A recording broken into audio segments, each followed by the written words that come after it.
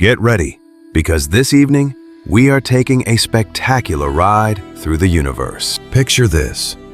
You are 25 years of age, feet planted firmly on the ground, gazing up at the glittering night sky. You have got a whole life stretched out in front of you, roughly 60 years to go, perhaps even more if luck is on your side. That is 6 decades of conscious, wide-awake time to truly soak in an epic adventure. Now, step aboard the most advanced, high-speed vessel mankind has ever engineered, bid a final farewell to your loved ones, and aim your compass straight into the celestial void. Thrusters ignite, and our blue marble rapidly shrinks in your rearview mirror. As you plunge into the deep unknown, a massive, mind-bending question arises, one we are going to unpack right now. Fast forward to the end of your days, after spending your entire adulthood floating through the cosmic ocean.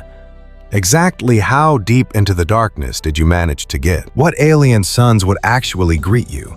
And what uncharted planets could you physically set foot upon? Would you be able to cruise all the way over to Alpha Centauri, the star system right next door? Or maybe you could push even deeper, discovering distant suns hiding Earth-like worlds. Or, quite tragically, are we permanently trapped inside a tiny, invisible cage surrounding our own sun, doomed to wander our local block forever?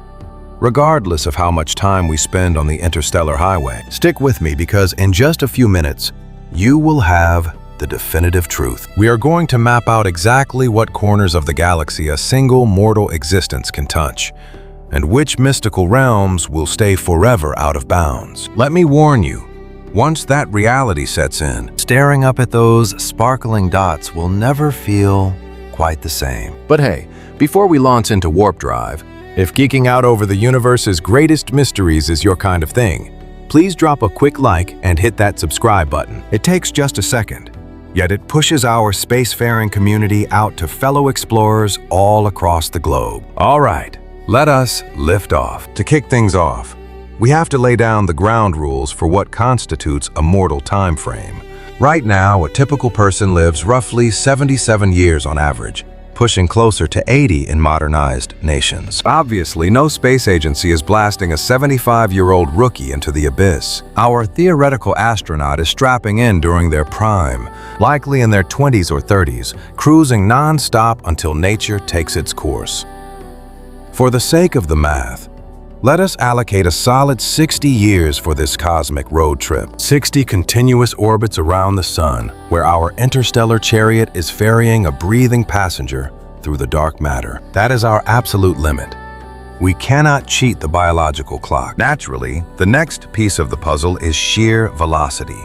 How quickly can we actually propel this ship? This is precisely where the plot thickens, as your cruising rate dictates every single outcome of the mission. Multiply your momentum by 2, and suddenly your 60-year footprint stretches twice as far. Crank the throttle up tenfold, and your astronomical playground expands by an exact factor of 10. Simply put, velocity is the master key to the universe, which brings us to reality. What is humanity's current speed limit? Well, the crown for the ultimate speed demon goes to the Parker Solar Probe, which blasted off back in 2018 to scrutinize our local star. When it swooped dangerously close to the solar surface, slingshotting around the fiery giant to gain a massive gravitational boost, this engineering marvel hit a mind-blowing 430,000 miles per hour. Breaking that down, you are looking at roughly 119 miles every single second. A pace that completely shatters normal human comprehension. Imagine strapping into a sports car going that fast. You would lap the entire globe before your 2-minute microwave popcorn finished popping. A weekend getaway to the moon? That would be a breezy 35-minute commute. Yet there is a massive catch to this seemingly incredible momentum. While it sounds phenomenal on paper, it clocks in at a measly 0.064% of light speed. For context, photons zip through the vacuum at a staggering 671 million miles per hour. That means mankind's absolute pinnacle of rocketry is inching along at barely 1/1500th the velocity of a flashlight beam. On the cosmic highway, We are basically snails stuck in slow motion. Imagine strapping yourself to the fastest machine humanity ever built, the Parker Solar Probe, and hurtling through the cosmos at top speed for 6 decades. Where exactly would that epic voyage take you? Time to crunch the numbers. Screaming through the void at 430,000 miles per hour means chewing up 10,320,000 miles a day, which translates to roughly 3.77 billion miles a year, stacked up over 60 spins around the sun. That leaves us with a grand total of around 226 billion miles. Sounds massive, right? Let us see how that actually measures up in the grand cosmic arena. Our closest stellar neighbor, the Alpha Centauri system, sits roughly 4.37 light-years from our front door. Keep in mind, a single light-year is the incredible distance a photon sprints in 12 months, equaling nearly 5.88 trillion miles. Doing the translation, our neighboring star rests nearly 25.7 trillion miles out of reach, meaning your record-breaking 60-year joyride only scratched the surface. You would not even conquer a single % of the terrifying gulf separating us from that next star system. 99% of that dark, freezing abyss would still be staring you right in the face. In fact, you would barely have tiptoed out of our own cosmic backyard. Consider the heliosphere, that massive invisible shield of solar wind and magnetic energy our sun blows outward like a protective balloon, stretching outward over 123 times farther than the gap between our home planet and the local star. We are talking about a boundary line drawn roughly 11.44 billion miles away. Moving at our absolute maximum velocity, you would punch through that solar bubble in just 3 short years. From there, you drift into the freezing, bottomless ocean of interstellar space, wasting the remaining 57 years of your life inching across a mathematically invisible speck of that terrifying, endless void, forever marooned in the immediate suburbs of our sun. Look at the legendary Voyager 1, blasted into orbit back in 1977. It remains the undisputed champion of deep space exploration and our farthest outpost. Plunging into the dark at 38,000 miles an hour, it currently drifts 15 billion miles from home. Cruising at that specific velocity, humanity's most famous probe would need 75 millennia just to knock on Alpha Centauri's door, assuming it was even pointed the right way, which, spoiler alert, it is not. Even so, the legacy of this little machine is nothing short of breathtaking. For almost 48 years, it has been bravely piercing the cosmic veil. Along the way, it waved goodbye to the gas giants Jupiter and Saturn before officially crossing into the great unknown back in 2012. Astoundingly, it continues whispering secrets back to Earth, even as its robotic heart slowly gives out. The radioactive fuel driving its nuclear battery cores is steadily burning away, starving the spacecraft of the warmth and voltage it needs to survive. Sometime in the 2030s, the juice will finally run dry, and the onboard sensors will shut their eyes forever. The transmission will fade to static, yet its lifeless metal skeleton will continue coasting at 38,000 miles an hour for millions, perhaps billions of years. A silent, ghostly monument to human curiosity, tumbling forever through the eternal night. Yet despite logging 15 billion miles over decades of flight, this mechanical pioneer has barely cleared the driveway of our solar system. Sure, it popped the solar bubble, but it remains hopelessly isolated from any foreign suns, drifting through the whispering sea of sparse dust and stray atoms that make up the interstellar medium. It is fundamentally still held captive by the invisible gravitational tether of our home star. In fact, requires tens of millennia of relentless coasting just to finally snap that gravitational leash once and for all. This legendary mission shines a harsh spotlight on our biggest cosmic hurdle. Even our absolute best engineering marvel, fired into the heavens on the slickest, most optimized flight path ever calculated, slingshotting around. Massive planetary bodies, to steal their momentum, is moving at an agonizingly glacial pace on a galactic scale. Yes, it packs enough punch to eventually break free from our neighborhood, but falls laughably short of making trips between the stars an actual reality. So, what is keeping humanity stuck in the cosmic slow lane? The culprit is a stubborn mathematical tyrant known as the rocket equation, an unbreakable law of astrophysics that dictates exactly how every single thruster operates in the vacuum of space. Have you ever wondered what invisible wall traps humanity in our solar system? The answer lies in the Tsiolkovsky rocket equation, a mathematical truth uncovered by a Russian visionary back in the late 19th century. This fundamental law dictates exactly how fast a ship can travel by balancing its propellant capacity against the sheer power of its thrusters. At its core, this principle reveals that the ultimate boost in speed any vessel can reach directly hinges on the sheer velocity of its exhaust plume, mathematically multiplying that force by the natural logarithm of its heavy launch weight compared to its empty shell. To put it in plain English, packing a massive gas tank and shooting that exhaust out with explosive fury is the only way to max out your cosmic speedometer. Yet, we hit a massive brick wall here.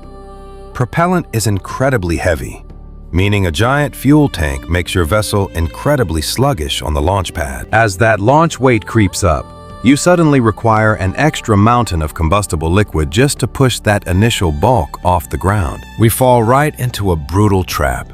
Pushing for higher speeds demands strapping on more propellant. However, adding those reserves piles on the mass, and that extra mass demands an even bigger tank just to lug the extra fuel around. Before you know it, your ship becomes an absurdly bloated gas station, burning almost all of its energy simply to haul its own unburned reserves rather than transporting your actual cargo. Traditional combustion boosters, exactly like the towering fire-breathing machines we rely on to deploy orbital equipment or fling rovers toward Mars, suffer from frustratingly sluggish exhaust streams. Even our absolute bleeding-edge combustion engines max out their exhaust blasts around 2.8 miles per second. While that fiery punch packs enough muscle to break free from our planet's gravitational grip and coast around our local cosmic neighborhood, it falls laughably short if you ever dream of crossing the vast, dark oceans between the stars. If you tried pushing a traditional thruster to just 1% of the speed of light, the required fuel-to-ship proportion would be completely unhinged. You would be looking at a starting bulk compared to an empty ship represented by a 1, followed by an unimaginable 64 zeros. Breaking that down visually, for every single kilogram of useful cargo, whether that is human passengers, computer arrays, or the hull itself, you would require 10 to the 64th power kilograms of combustible liquid. To put that in perspective, that amount of matter literally exceeds everything contained within our entire observable cosmos. It completely shatters the laws of reality, proving beyond a shadow of a doubt that traditional fire-powered vessels will never roam the galaxy. The math absolutely refuses to cooperate, which leads us to a sleeker alternative: electrically powered ion thrusters. These advanced engines operate by stripping electrons from noble gases like xenon, then violently shooting those charged particles out the back using magnetic forces. This creates a particle beam shooting out at mind-bending velocities that make traditional fire engines look like they are standing still, with some modern blueprints hitting 56 miles per second. However, there is a massive catch. Their actual pushing power is equivalent to the weight of a piece of paper, meaning they must fire continuously for years to build up momentum. The rate at which you gain speed is incredibly agonizing, clocking in at mere fractions of an inch per second squared, meaning multiple lifetimes would pass before you even approached the cruising speed needed to visit other suns. Plus, you are still haunted by that same brutal fuel weight paradox.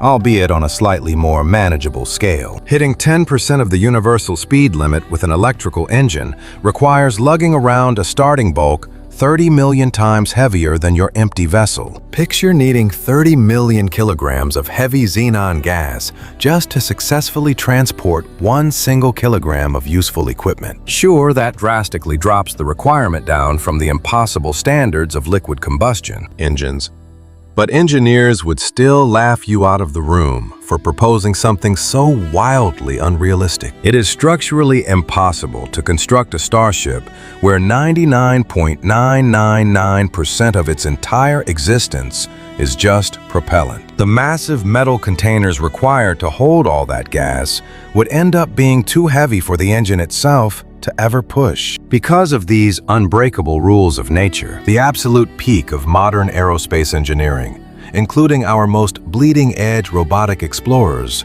simply cannot carry a living, breathing person to a neighboring sun before they die of old age. We are not even playing in the same ballpark. If we want to drop by our closest stellar neighbor within a 60-year human lifespan, we have to unlock speeds that defy current physics.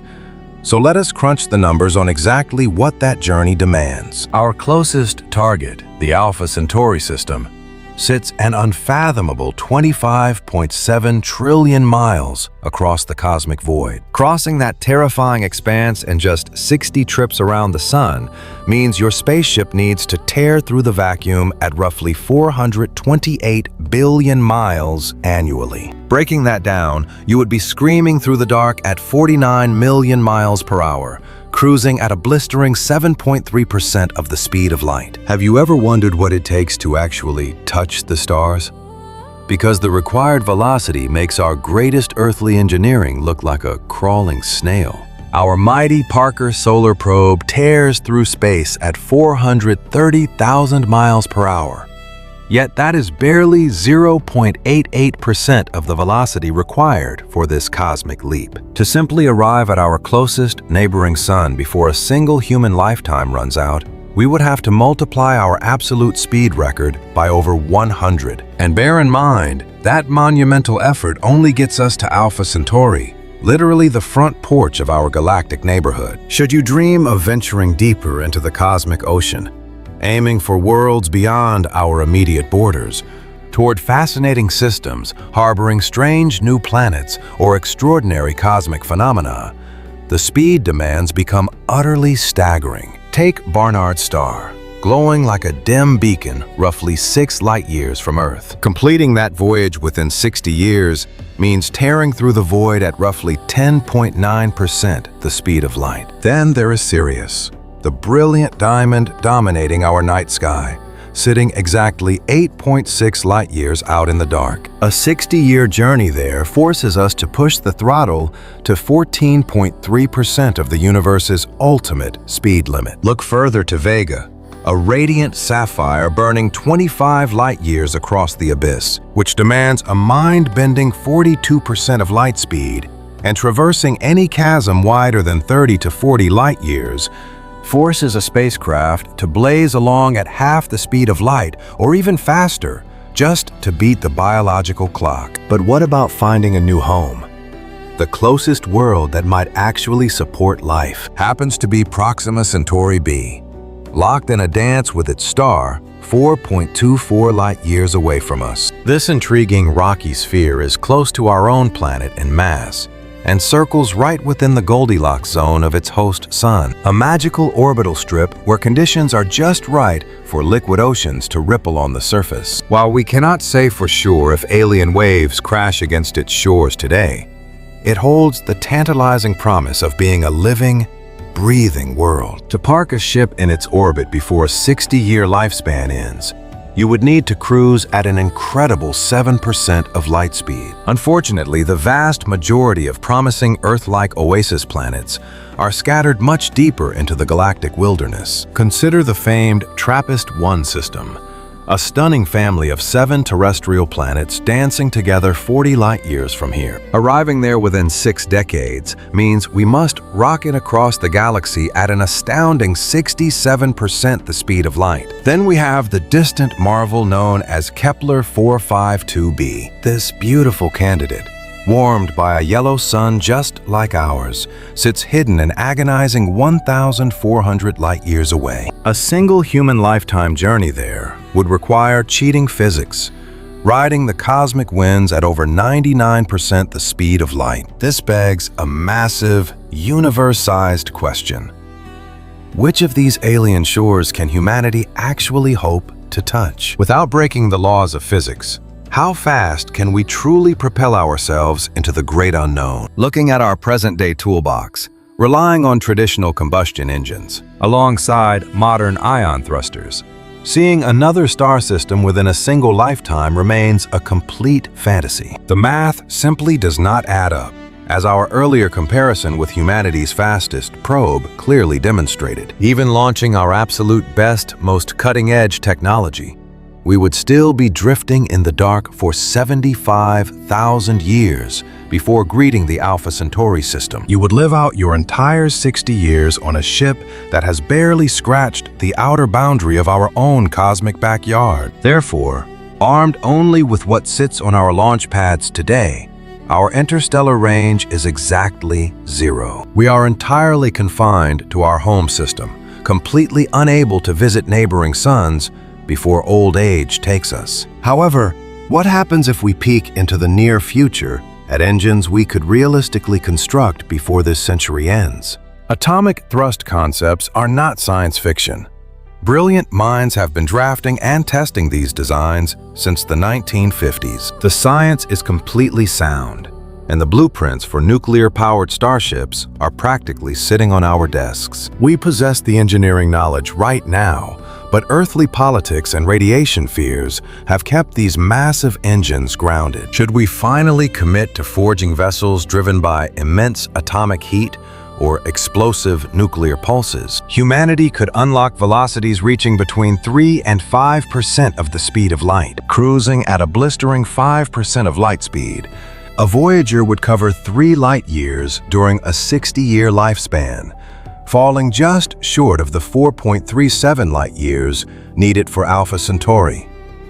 Reaching that particular 3-star system would demand a multi-generational voyage lasting 87 years, though pushing the engines to 5.5% of light speed might just bridge that 4.24 light-year gap to Proxima Centauri before a lifetime expires. Meanwhile, a more conservative 3% capability would only carry our brave astronauts 1.8 light-years across the void before 60 earthly years ran out. Imagine looking up at the night sky and wondering, can we ever touch those distant lights?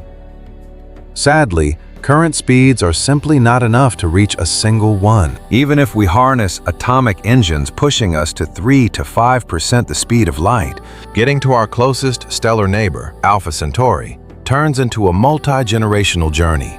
Or perhaps, if every single calculation goes flawlessly and we max out the throttle, you would arrive as a very old space traveler. It is the razor edge of impossible. But what if we gaze 50 to 100 years into tomorrow?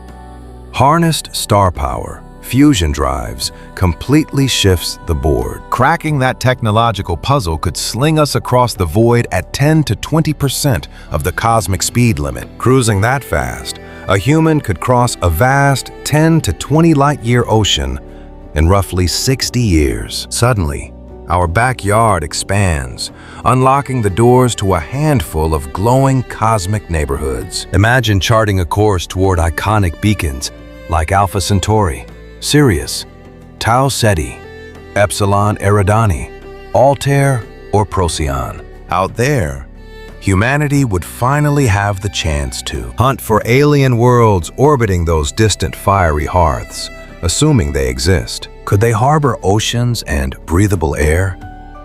We simply gaze into the dark and wonder. Our closest candidate for a second Earth, Proxima b, would comfortably sit within our travel itinerary. Yet, like a mirage in the desert, the grand majority of Earth-like exoplanets would stay agonizingly out of grasp. The fascinating TRAPPIST-1 system, sitting 40 light-years away? A total ghost. And Kepler 452b, buried 1,400 light-years deep?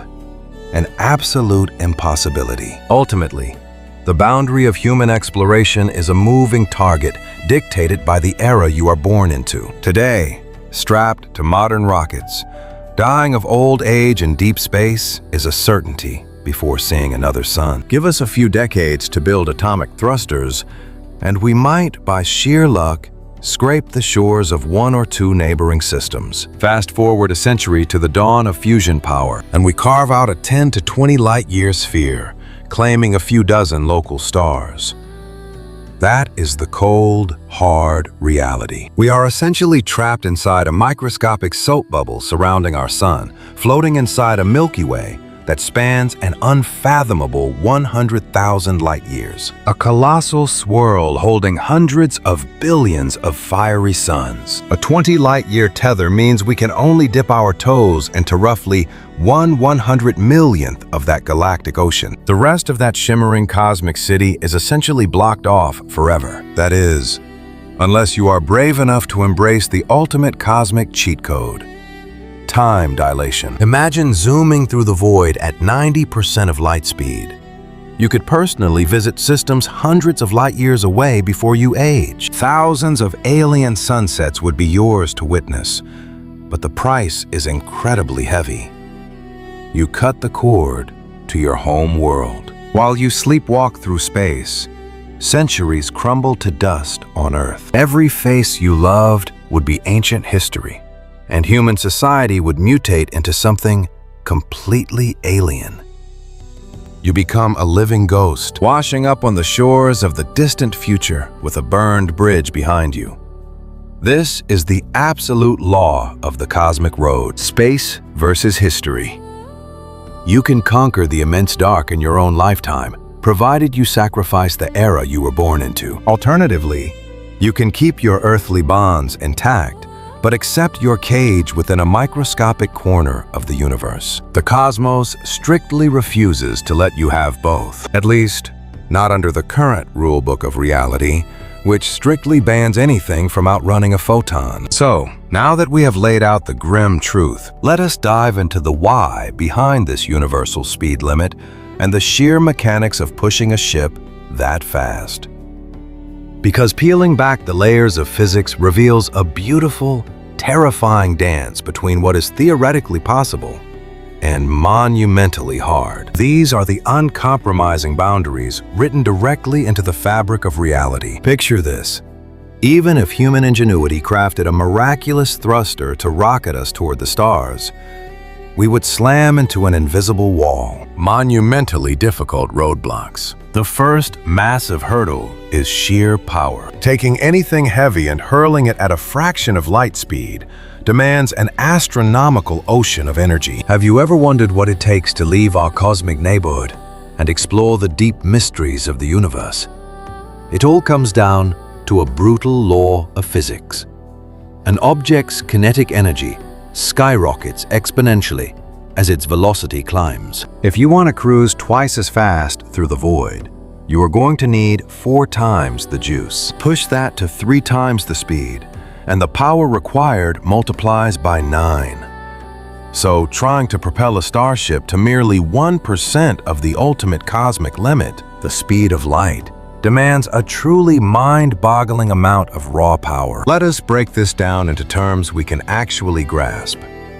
Imagine a modest interstellar vessel weighing a neat 100 tons, which honestly is quite tiny for a ship designed to carry humans across the cosmos. To give you a visual comparison, the International Space Station tips the scales at roughly 450 tons, but we will keep our hypothetical ship lean at just 100 tons. To kick that relatively small ship up to 1% of light speed, which is a blistering 6,700,000 miles per hour, you would tap into an almost unthinkable reserve of energy. We are talking roughly 1/111,000th of the total electrical grid usage of the entire United States over a full calendar year. And remember, that is only to hit a measly 1% of the speed of light. Want to push the throttle to 10%?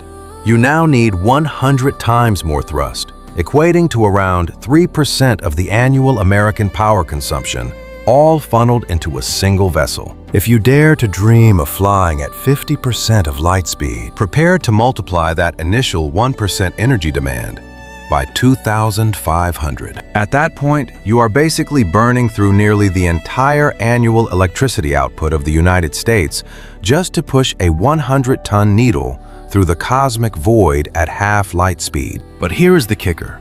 Unless you plan on flying past your target planet forever, you actually have to hit the brakes. This means you must take every single energy calculation we just did and multiply it by 2. You need half your fuel just to get moving, and the other half to slow down safely. So the ultimate question is, how on earth do we generate that kind of power? If you are thinking about the traditional chemical rockets sitting on our launch pads today, forget about it. The fundamental problem is that standard liquid propellants simply lack the necessary energy density for deep space. Even when we ignite a mixture of liquid hydrogen and liquid oxygen, which ranks among the most potent chemical combinations we have ever harnessed, it yields roughly 140 million joules for every kilogram burned. To our everyday minds, that might sound like a massive blast, but on a cosmic scale, it is a tiny spark. To produce the 4.5 billion joules required for our interstellar trip using traditional fuel, we would have to load up around 32 billion kilograms of it. That is 32 million tons. You would be hauling a fuel tank 320,000 times heavier than the actual spaceship itself. Picture strapping an entire mountain of volatile liquid to a tiny tin can. It is utterly ridiculous. And that absurd scenario assumes 100% flawless efficiency, which violates the laws of thermodynamics. In the real world, rockets bleed massive amounts of energy as waste heat and scattered exhaust plumes that do nothing to push the ship forward. So practically speaking, the fuel requirement goes from absurd to mathematically infinite. Traditional rocketry simply cannot conquer the stars. The math just shatters. You cannot construct a vehicle made up of 99.999% propellant. This is where the power of the atom enters our story, offering a tantalizing glimpse into true deep space exploration. Splitting atoms releases millions of times more pure energy per pound than any chemical fire ever could. If we harnessed atomic fission, that mountain of fuel shrinks drastically down to a mere 56 tons. Suddenly, our mass ratio drops to a very manageable 1.5 to 1. Now we are talking. Engineering a spacecraft with those proportions to explore alien worlds is entirely within the realm of human capability. Believe it or not, visionary engineers have been sketching out atomic-powered starships since the 1950s. One of the most famous and wild ideas was Project Orion, proposed in the late 1950s and early 1960s as a blueprint for a ship driven by atomic pulses. The concept sounds like pure science fiction, literally ejecting thermonuclear devices from the rear exhaust and detonating them in the void of space. The ensuing thermonuclear blast would slam into a colossal pusher plate, acting as a giant cosmic shock absorber, and the tremendous kickback would violently hurl the ship toward uncharted planets. Drop another payload, ride another atomic shockwave. Do this thousands of times in rapid succession, and suddenly, you are surfing your way up to a few percent of the speed of light. Crazy as it sounds, the physicists crunched the numbers rigorously, and computer models verified the physics were absolutely solid. They even ran scaled-down physical trials in the desert, using conventional dynamite instead of atomic payloads, proving the shock absorber concept worked flawlessly, though the mighty Orion starship ultimately remained confined to the history books. What held us back from surfing the cosmos on atomic waves? Well, the 1963 agreement capping atomic testing played a massive role, slamming the brakes on any explosions within our skies or out in the starry void. Add to that the sheer panic, both ecological and governmental, surrounding the idea of setting off thousands of atomic bombs just above our heads, alongside the harsh reality of the 1960s. We simply had nowhere out there worth packing our bags for. Think about it. Alien worlds orbiting distant suns were purely science fiction back then. We had absolutely zero clue if those twinkling night sky diamonds hosted neighboring rocky neighbors. Constructing a gargantuan, atomic-powered vessel just to visit an unimaginably lonely, desolate vacuum seemed utterly pointless. Yet, the raw mathematics behind it? Absolutely flawless. That legendary Orion initiative proved that riding atomic shock waves could propel us to a fraction of the universal speed limit, putting our closest stellar neighbor, Alpha Centauri, a mere 1 century away. Sure, that outpaces a single human lifespan, but it is agonizingly close. Think grandkids or great-grandkids finishing the voyage. Now, let us imagine a different beast entirely. The atomic thermal engine. Picture a miniature sun trapped inside a chamber, aggressively boiling a liquid, typically super-chilled hydrogen, and violently blasting it through an exhaust cone. This creates an exhaust blast vastly superior to standard propellants, clocking in at an impressive 5.6 meters per second versus a measly 2.8 for traditional rockets. Surprisingly, engineers actually brought these marvels to life and put them through their paces during the 1960s and 70s. Enter the iconic NERVA initiative, an ambitious blueprint focused on creating an atomic powerhouse specifically engineered for deeps. And the crazy part?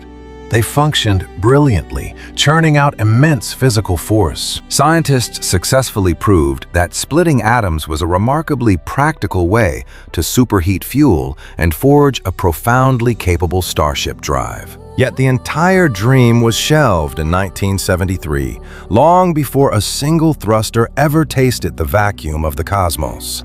However, that foundational genius never vanished.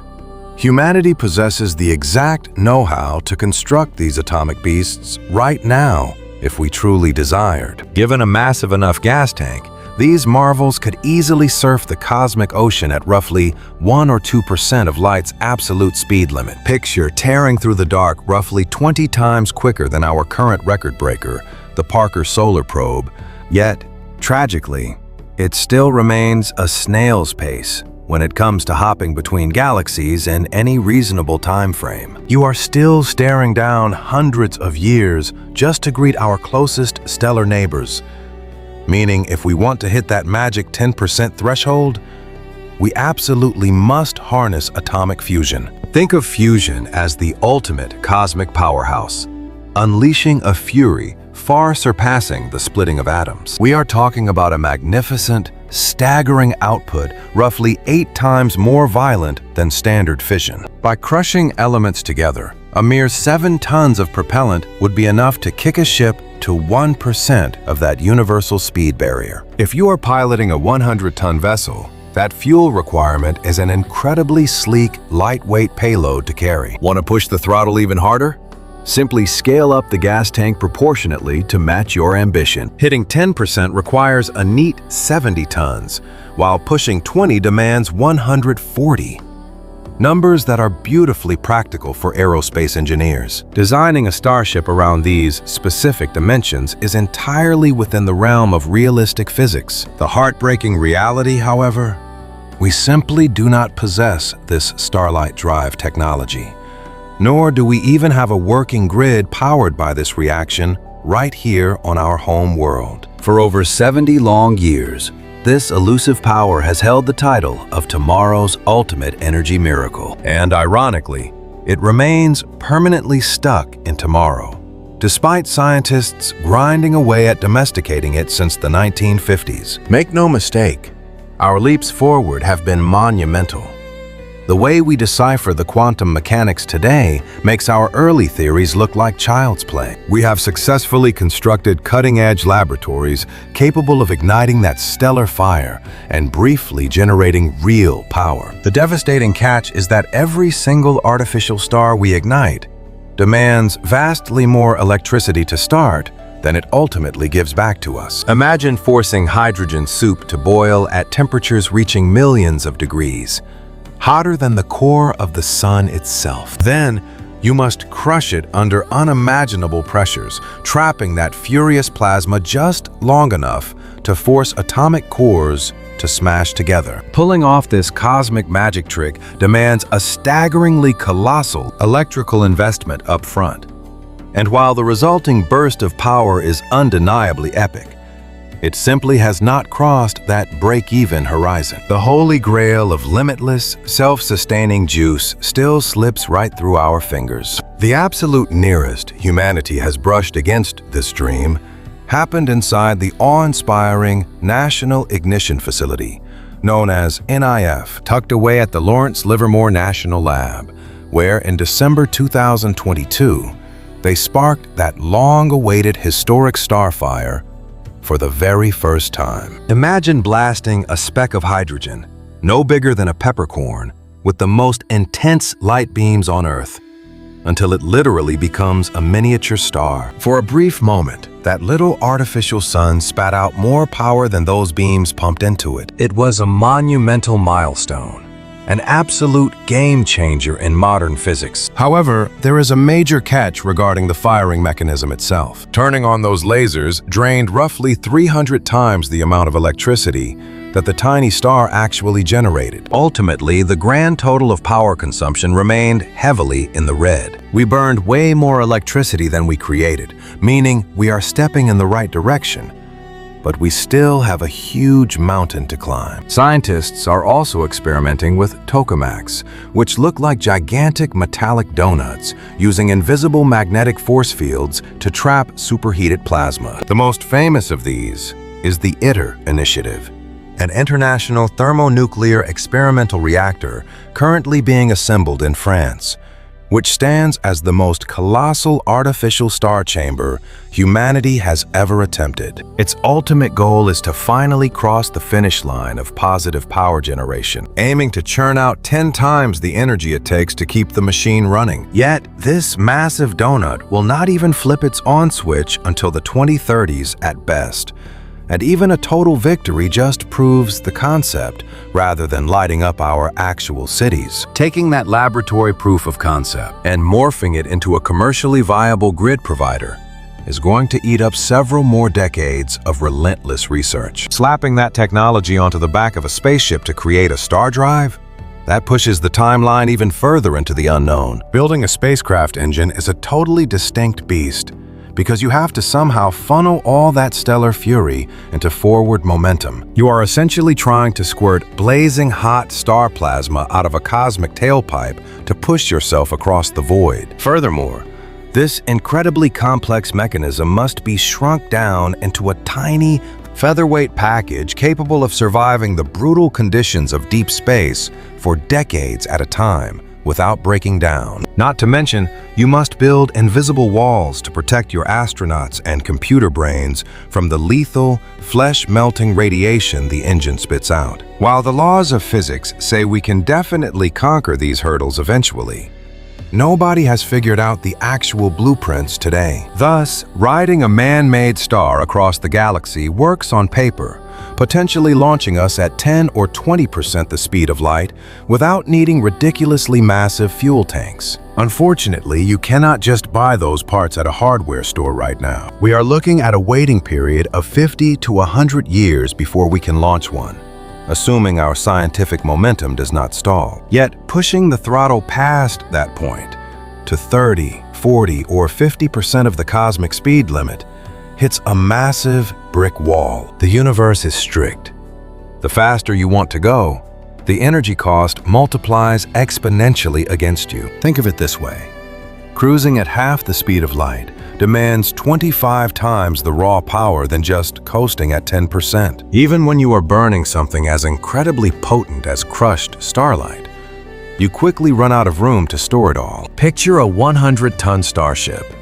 You would have to pack a staggering 1,750 tons of propellant just to hit that halfway mark to light speed. That breaks down to an absurd 18-to-1 weight ratio. You enter a vicious cycle where you are torching almost all your gas simply to push the sheer weight of the remaining gas. Let us not forget, you eventually have to hit the brakes at your destination, which means multiplying that entire math problem by 2. Now you are dragging 3,500 tons of propellant just to deliver a tiny 100-ton cabin, ballooning the ratio to 36-to-1. Constructing something like that borders on madness, demanding gas tanks the size of skyscrapers. Just the metal walls of those gigantic containers would be so incredibly heavy that you would barely have room left for your actual crew and scientific gear. You would essentially be flying a giant bomb, with 98 or 99% of the ship consisting of nothing but raw propellant. Could we build it? Perhaps, but it would be a logistical nightmare of epic proportions. Designing a vessel to surf across the cosmos at half the speed of light would require a global effort dwarfing anything humanity has ever done. We are talking about utilizing futuristic metals and mechanisms that remain firmly in the realm of science fiction for at least another century. But what if there was an ultimate cheat code? Enter the mysterious realm of the mirror universe. When regular atoms collide with their evil twins, they completely erase each other from existence, transforming 100% of their physical bulk into pure, unadulterated power. Thanks to the legendary math of Albert Einstein and his E=mc², we know this phenomenon represents the absolute peak of fuel efficiency in the cosmos. There is absolutely nothing in the fabric of reality that packs a bigger punch per pound than forcing regular stuff into its polar opposite. That is the ultimate cosmic spark, known as complete annihilation. Imagine unlocking the cosmos with just 5 kilograms of antimatter. That is all it would take to propel a vessel to 1% of the speed of light. If you are flying a 100-ton ship, your fuel-to-mass ratio is basically 1-to-1. Instead of piloting a giant floating gas tank, your vessel would be almost completely dedicated to cargo and crew, powered by a mere dusting of propellant. Want to push the throttle to 50% of light speed? You are looking at roughly 625 kilograms of antimatter, paired with the exact same weight in regular matter to trigger the reaction, bringing the grand total to a mere 1,250 kilograms. For our 100-ton starship, that is essentially a drop in the bucket. Cruising at 90% of light speed requires roughly 10,000 kilograms, just 10 tons of fuel pushing a 100-ton craft. That remains incredibly practical. Mathematically speaking, this miraculous energy source turns deep space exploration from science fiction into a very tangible reality. But here is the catch. The universe simply does not naturally produce this miraculous substance in anywhere near the amounts we need. We have to manufacture it ourselves, a process that demands an utterly staggering cosmic scale power supply. Right now, humanity can only conjure up microscopic traces of the stuff deep inside high-tech particle accelerators. At places like CERN in Switzerland, scientists literally forge antiprotons by slamming high-velocity protons into solid barricades. The sheer violence of that impact transforms raw energy into pairs of matter and their mirror opposites. Researchers then painstakingly sift out those mirror particles, caging them inside powerful electromagnetic webs. However, the setup is mind-bogglingly wasteful. You are dumping in millions of times more raw power just to forge the fuel than you would ever harvest from its explosive destruction. To put it in perspective, CERN generates roughly 1/1000th of a gram of antiprotons annually. Keeping up that pace, accumulating a single kilogram would take 10 billion years. That is practically the entire lifespan of the cosmos.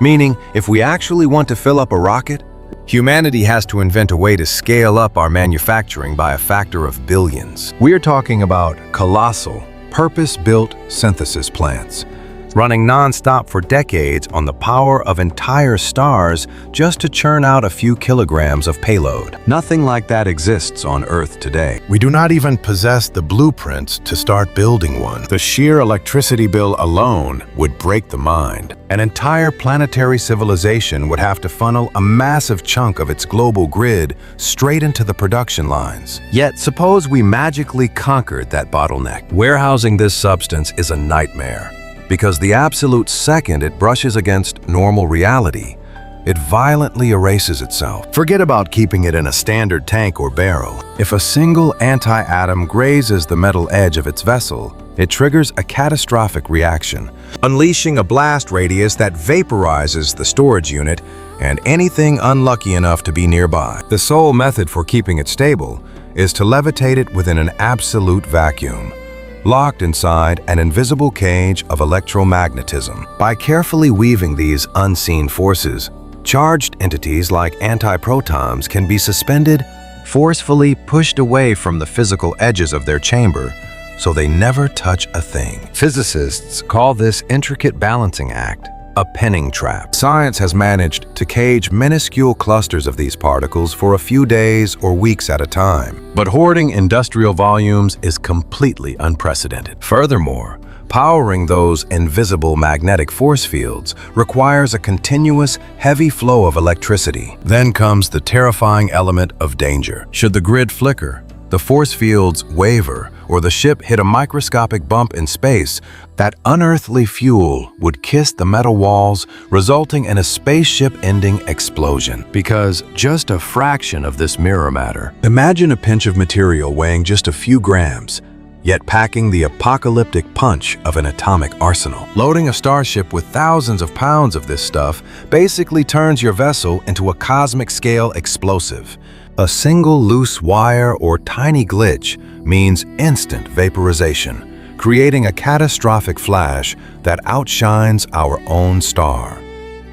Because of this, using this exotic substance to drive our ships through the void, despite being incredibly potent on paper, introduces massive engineering nightmares we cannot currently untangle. For starters, churning out massive batches of it demands manufacturing capabilities straight out of science fiction. Keeping it from annihilating itself is another impossible hurdle, and funneling that raw power into engine thrust remains completely beyond our modern grasp. Perhaps, hundreds of years down the line, humanity will crack this code. We might eventually construct massive orbital foundries, craft secure magnetic containment fields, and finally launch these majestic vessels. However, you definitely will not see this happen within the next few decades. This is purely theoretical dreaming, reserved for distant generations, the sort of breakthrough that could only emerge after 1 or 2 centuries of relentless innovation. Therefore, if we want to discuss actual engines we can build today, the kind of practical star drives our children or grandchildren might witness, we are stuck with splitting atoms or perhaps joining them together if we feel particularly hopeful. Those methods cap our velocity at a maximum of roughly 10 to 20% the speed of light, dragging us right back to our previous math. Cruising at 10 to 20% of that cosmic limit means bridging a 10 to 20 light-year gap would consume a staggering 60 years. This is the brutal reality of our current technological horizon. Getting a ship up to 1/10 the ultimate cosmic speed limit demands 100 times the kinetic effort required to hit just 1%. Pushing to half of that absolute barrier requires a jaw-dropping 2,500 times that baseline power. The sheer amount of juice needed skyrockets exponentially, hitting a solid brick wall in no time. So, how do we power this journey? Standard combustion engines, exactly like the ones launching satellites today, are comically useless here. Traditional liquid propellants just do not pack enough punch per drop. Trying to hit a mere 1% of light speed with normal thrusters would burn through more combustible mass than our entire planet possesses. It completely violates the fundamental laws of nature. Harnessing the power of the atom offers a far more viable alternative. Splitting heavy elements unleashes millions of times the raw force per pound compared to setting things on fire. Riding the shock waves of atomic blasts much like the legendary Project Orion concept, could potentially push us to several percent of the cosmic speed limit. Yet, even splitting atoms hits a terrifying wall eventually. To breach that 10% threshold or soar beyond it, we must look toward the power source of stars. Fusing lightweight elements like hydrogen dramatically dwarfs the output of standard atomic reactors. A vessel riding the fires of a captive sun might plausibly ramp up to 10 or perhaps 20% of light speed, assuming a massive fuel reserve and immense patience. Still, this stellar engine remains trapped entirely on the drawing board. Humanity cannot even maintain a stable, energy-yielding reaction here on terra firma, making a flying version completely out of reach. The roadblocks are titanic, keeping superheated plasma caged inside magnetic fields, directing that inferno into forward momentum and shielding the human crew from lethal cosmic rays. We currently have zero concrete answers for these hurdles. Finally, we reach the Holy Grail: antimatter. The exact moment these mirror particles touch normal reality, they violently erase each other, unleashing 100% of their physical mass as pure force. This beautiful chaos is governed directly by the iconic formula E equals mc squared. You literally cannot pack a larger cosmic punch into a smaller space. It is the absolute peak of fuel efficiency. A starship riding this wave of total annihilation could easily soar to incredible fractions of the ultimate speed limit, breezing past 30 or 40% and perhaps pushing even further into the dark unknown. What if the ultimate fuel to unlock the stars simply isn't waiting for us out there in the cosmos? The harsh reality is, the universe doesn't just hand out antimatter. We have to manufacture every single speck of it, a process demanding mind-boggling sums of raw power. Right now, our most advanced particle colliders can only conjure up microscopic, fleeting shadows of this stuff. The cosmic math is brutally unforgiving. It takes millions of times more energy to forge this exotic material than you ever squeeze back out during its glorious flash of annihilation. Building up enough reserves to actually propel a starship? We are currently light years away from that reality. Yet, suppose human ingenuity somehow cracks the manufacturing puzzle. Hoarding it becomes an entirely new nightmare, simply because touching even a single molecule of ordinary dust causes it to violently erupt. You would rely on flawless, invisible cages built from perfectly tuned magnetic or electric fields, and a microscopic glitch in that containment grid. Total, catastrophic vaporization. So, power supply holds us back. However, the universe throws another, far more biological roadblock in our path: inertia and gravity. Imagine flooring the gas pedal in a sports car. You instantly feel that heavy, invisible hand shoving everyone back into their seats, right? That exact same physics trick hits you during a runway takeoff or a thundering rocket launch. Down here on our rocky homeworld, scientists measure this crushing sensation using our own planet's pull, calling them G-forces. Standing still on the sidewalk? That is exactly 1 G. Feeling twice as heavy means you are enduring 2 Gs. 3 Gs triples your natural weight, and the math goes on. Our fragile bodies can handle mild spikes in this pressure, but strictly for brief moments. Top-tier fighter pilots might endure a bone-rattling 9 Gs while ripping through sharp, sky-tearing maneuvers, yet that agony only lasts a handful of seconds. Try sustaining anything above 2 or 3 Gs for a longer ride, and it shifts from intensely uncomfortable to downright lethal. Keep a person pinned under 5 Gs for a few unbroken minutes? They will completely black out.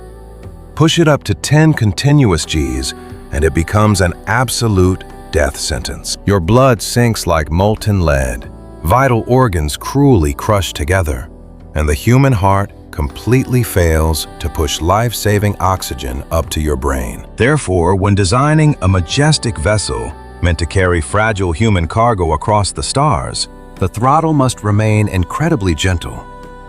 Imagine we cap our deep space thrust right at 1 G. That perfectly mimics the gentle, comforting tug of Earth beneath your boots.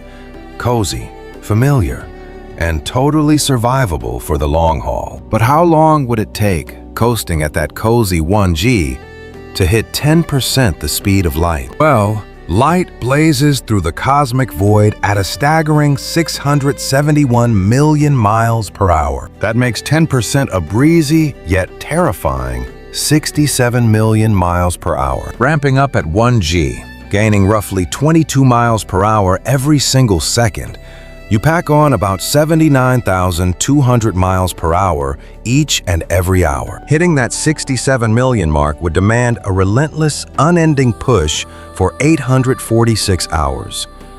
That translates to about 35 solid days. Picture it. Just over a month of steady, Earth-like thrust, and you are cruising at a tenth of absolute cosmic speed. Sounds brilliantly achievable, doesn't it? But deep space hides a sneaky catch.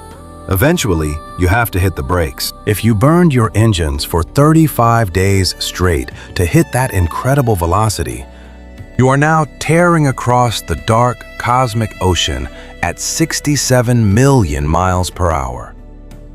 Arriving at a new alien solar system doesn't mean slamming into a brick wall. You must gradually, carefully bleed off all that insane momentum. Braking is essentially just firing your massive engines in reverse.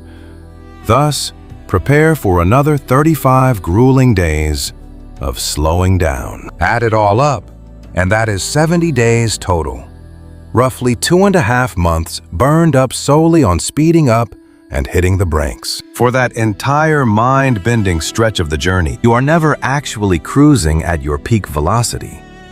It is a slow, methodical climb to the top, followed by a slow descent back down. Mathematically, your true average pace during those 70 days sits right at half your top potential, merely 5% the speed of light. That sobering reality bites a massive, frustrating chunk out of your overall interstellar travel timeline. Imagine setting a grand sail for the Alpha Centauri system, hoping to arrive in 60 years, burning 70 days to speed up and 70 more to slow down, means losing 140 days, nearly 4.5 months, where you simply aren't flying at your maximum potential. Have you ever wondered what it takes to sail the cosmic ocean? When mapping out a 60-year voyage through the stars, dedicating 4.5 months just to hit the gas pedal feels like a mere drop in the bucket. However, if we are planning a quick cosmic getaway, that wind-up period suddenly eats away at your timeline. Push the throttle toward true interstellar velocity, and your runway stretches out dramatically. Hitting 50% of light speed at a comfortable 1 G, mimicking Earth's gravity, would demand roughly 173 days, or almost half a year of constant pushing. That means you are burning an entire trip around the sun just warming up the engines and hitting the brakes. Suddenly, 12 precious months vanish from your actual exploration window. But let us sweep those logistical headaches under the rug for a moment. Imagine we possess a magical drive that instantly pops us up to 10% of the ultimate cosmic speed limit, completely skipping the tedious rev-up and cool-down phases. Picture yourself gliding through the dark at that steady 10% pace for the vast majority of a 60-year lifespan. Where exactly does that leave you?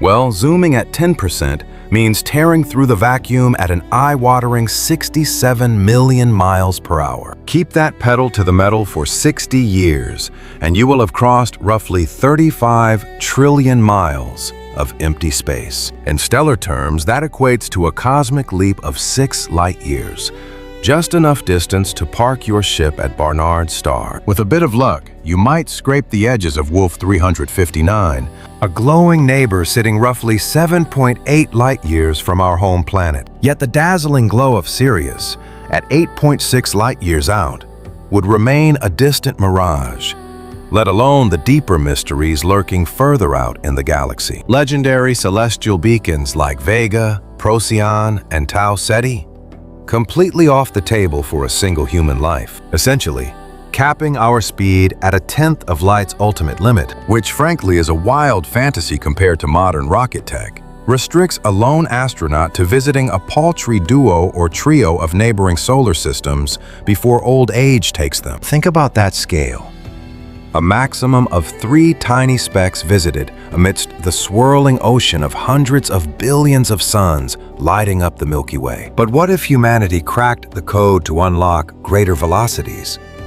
Imagine cranking the dial up to 20% of that universal speed limit. Surfing the cosmos at 20% translates to a majestic 12 light-year trek over a 60-year human lifespan. Suddenly, the alien worlds orbiting Tau Ceti, 11.9 light-years out, are right in your backyard. You could easily sail into the Epsilon Eridani system, resting 10.5 light-years away, expanding your cosmic playground to a dozen unique stellar realms.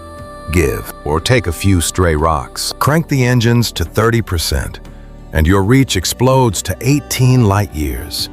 Suddenly, a 60-year voyage puts the brilliant star Altair at 16.7 light-years distant on your itinerary. Your map unfolds like a grand treasure chart, revealing roughly 24 fascinating stellar neighborhoods. Pushing the boundaries to a breathtaking 50% of light speed extends your grasp to an incredible 30 light-years. Vega is now within your grasp at a distance of 25 light-years, unlocking a grand galactic menu of anywhere from 50 to 100 alien suns, depending on how closely they huddle together. Now we are talking real interstellar tourism, with a menu of genuine choices. Imagine scores of exotic harbors awaiting you, pulsing stars boasting wildly diverse traits, anchoring strange, undiscovered planets just begging for exploration. However, achieving half the speed of light is a monumental engineering nightmare. Truly, mind-bendingly difficult. We are not merely talking about the sheer magnitude of fuel and energy required, although that hurdle alone is astronomically huge. It is not even strictly about the brutal physical toll of the thrust, though surviving those G-forces is incredibly daunting.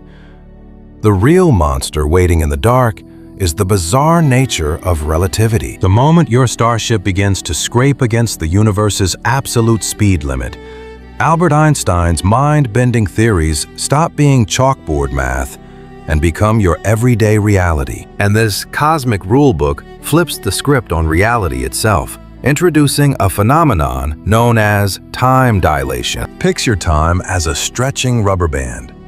For you inside that speeding vessel, the clock ticks incredibly slowly, while generations flash by for your loved ones stuck on the blue marble of Earth. Let me be clear. This is no science fiction trope or some weird hiccup in a professor's equation. This is cold, hard, heavily tested reality. Scientists have rigorously proven this temporal stretching thousands of times, from sterile underground labs to the freezing vacuum of orbit. If you strap an ultra-precise atomic timepiece to a jetliner, it will physically lag behind its exact twin, resting peacefully on the tarmac. Sure, the discrepancy at those relatively slow speeds is microscopic, mere billionths of a second, but it exists without fail, aligning perfectly with the wild predictions Einstein made over a century ago. Even the navigation satellites spinning above our heads must constantly correct for this invisible time warp. Otherwise, their targeting systems would drift so wildly that the maps on your phone would become completely worthless before the day is over. Have you ever wondered if true time travel is hiding right above our heads? Aboard the artificial moons whipping around our planet at roughly 14,000 miles per hour? Because they are racing through the void so quickly, their onboard clocks actually tick a tiny bit more sluggishly compared to the watches we wear down here on the surface. However, there is a cosmic tug-of-war at play. Sitting way up high means they escape the heaviest grip of our planet's gravity, which also warps the flow of seconds like a heavy bowling ball stretching out a trampoline. Being farther from that massive gravitational anchor actually causes those orbital clocks to speed up a fraction compared to ours. These twin phenomena of extreme speed and lessened gravity fight against each other, nearly balancing the scales out entirely. Yet a minuscule, stubborn discrepancy still remains in the math. To keep our navigation systems perfectly aligned with reality, engineers must artificially bump those orbital timers by roughly 38 microseconds every single day. It sounds like an impossibly small sliver of a moment, but skipping this update would trigger absolute chaos. If we ignored that tiny fraction, your digital maps would throw you off course by 6 miles before tomorrow morning, rendering the entire global network completely useless within 7 days. This proves that the warping of time is not just some wild science fiction fantasy. It is a cold, hard fact. We literally navigate our daily commutes using the mind-bending rules of relativity. Imagine, though, stepping away from our earthly orbit and pushing those speeds to the absolute extreme, where the bending of reality turns truly jaw-dropping. The secret code behind this cosmic illusion is a mathematical concept known as the Lorentz factor, typically represented by the Greek letter gamma, calculated as 1 divided by the square root of 1 minus v squared divided by c squared, where v stands for your spaceship's pace and c represents the ultimate cosmic speed limit, the speed of light. When we are crawling along at normal human paces, our velocity is virtually nothing compared to that universal speed limit. Because of this, squaring that tiny fraction leaves you with practically 0, keeping our gamma value hovering right at a boring, normal 1. As a result, your wristwatch ticks in perfect harmony with someone sitting perfectly still right next to you. But picture what happens when you hit the cosmic gas pedal. As your spacecraft begins kissing the boundaries of light speed, the bottom half of our mathematical equation shrinks down to practically nothing, and dividing the number 1 by a shrinking fraction violently blasts that final result straight toward infinity. If you could somehow hit that ultimate universal throttle perfectly, your gamma value would quite literally become boundless.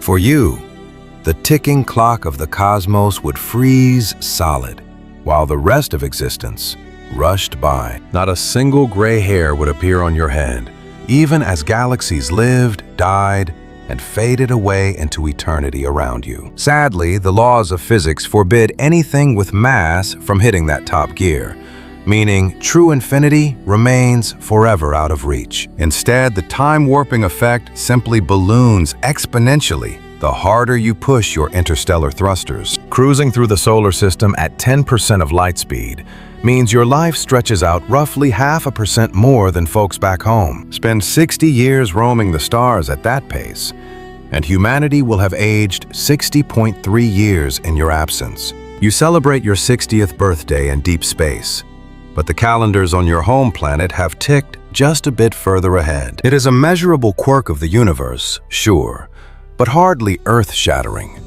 Bump the throttle to 20% of the cosmic limit, however, and your personal timeline drags by 2%. That same 6-decade voyage now translates to roughly 61.2 years elapsing on your home world.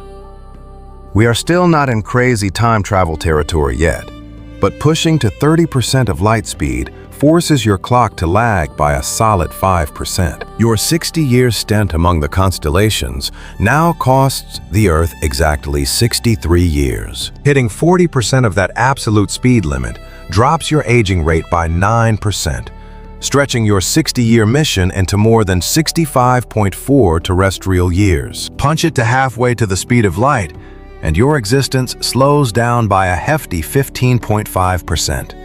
Now, your 60 loops around a foreign star equal almost 69.3 years for humanity. The chronological rift is becoming impossible to ignore. Blaze past the 60% threshold, and time sludges by a quarter slower for you, turning your 6 decades into a full 75 years for anyone left behind. Accelerate to 70%, and the cosmic braking effect hits a staggering 40%. You have lived out 60 years in the cabin, but your home planet has weathered 84 long, changing years. At this point, the universe is actively rewriting your relationship with the timeline. The crying infants you waved goodbye to on the launch pad would be gray-haired retirees who are already buried in the ground by the time you park your ship. An entire era of human history simply vanishes. Crank the engines to 80% of the speed of light, and your reality drags by an unbelievable 67%. Survive 60 years in the deep dark of space, and an entire century, 100 full years, will have burned away back home. Touching back down on terra firma, you would step out into a world completely devoid of familiar faces. The toddlers you left behind would be elderly, and the grandkids you never met would be well into their middle ages. Human civilization as you understood it would be unrecognizable, with entirely new empires, bizarre technologies, and alien cultures taking over the globe. You would become a living, breathing ghost from a forgotten era, stepping out of a time machine straight into an unknown tomorrow. Have you ever wondered what happens when you race a light beam?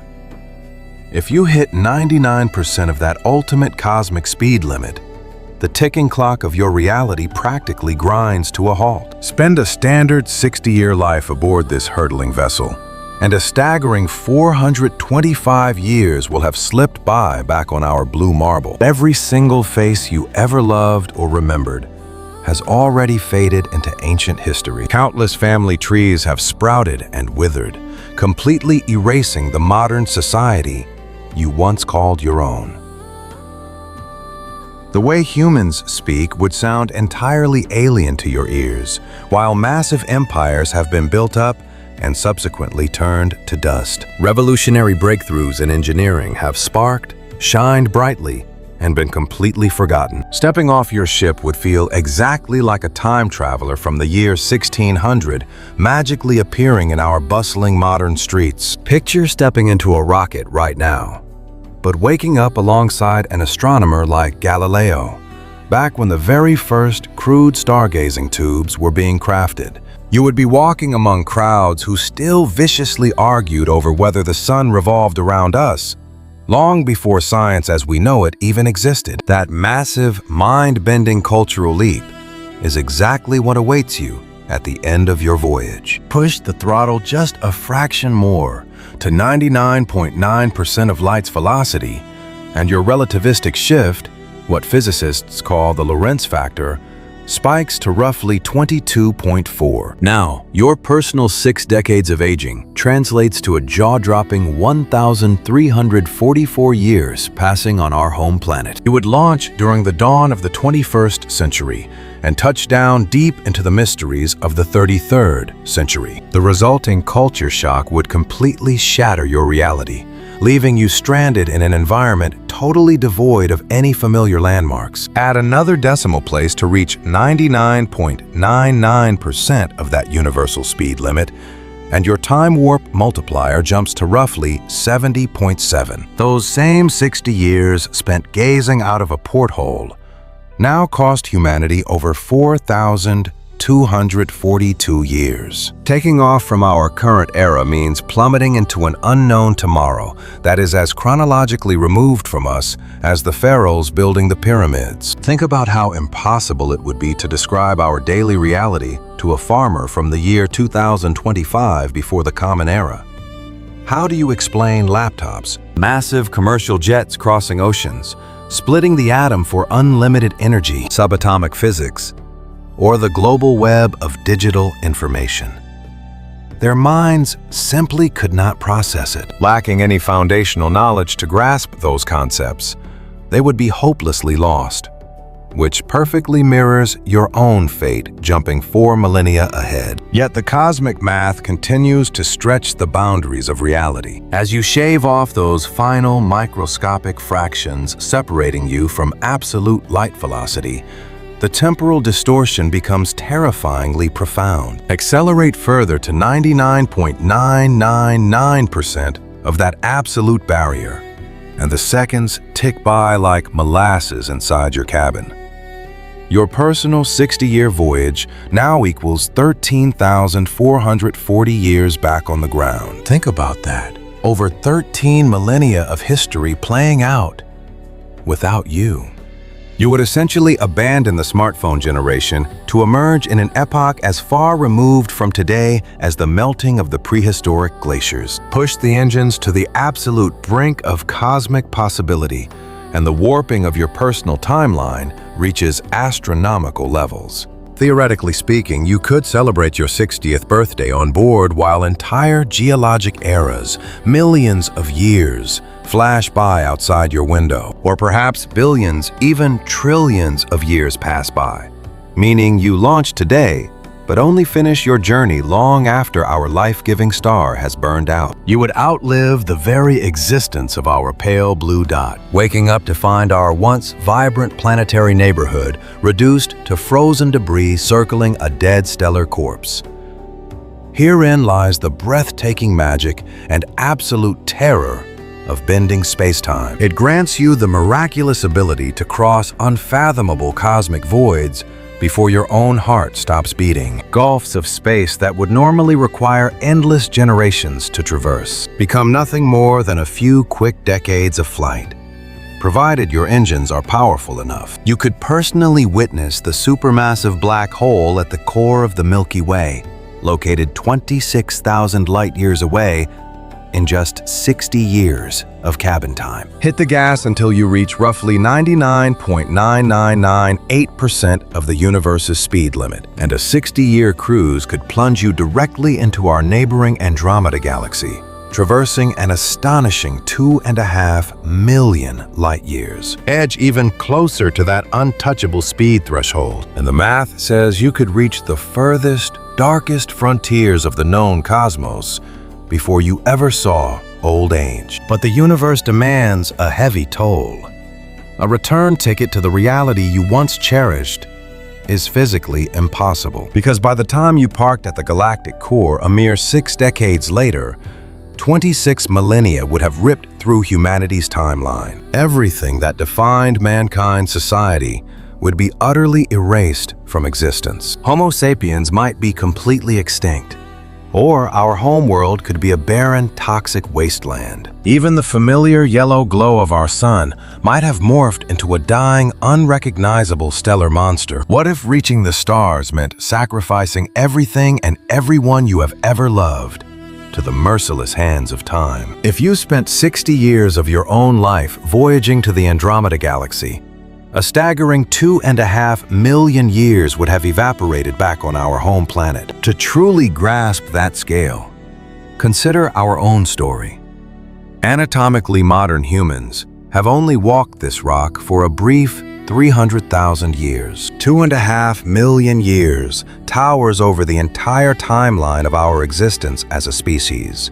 The moment your spacecraft finally dropped anchor in that neighboring star system, the human race you left behind might have evolved beyond recognition, scattered across the Milky Way, or vanished entirely into the cosmic dark. Sending a transmission back to your starting point would be a terrifying leap of faith. For all you know, the pale blue dot might not even be there to receive it. Now, push your engines toward the absolute edge of the observable cosmos, and you are dealing with tens of billions of years unfolding on Earth. Our magnificent, life-giving star would have burned its final breath eons ago.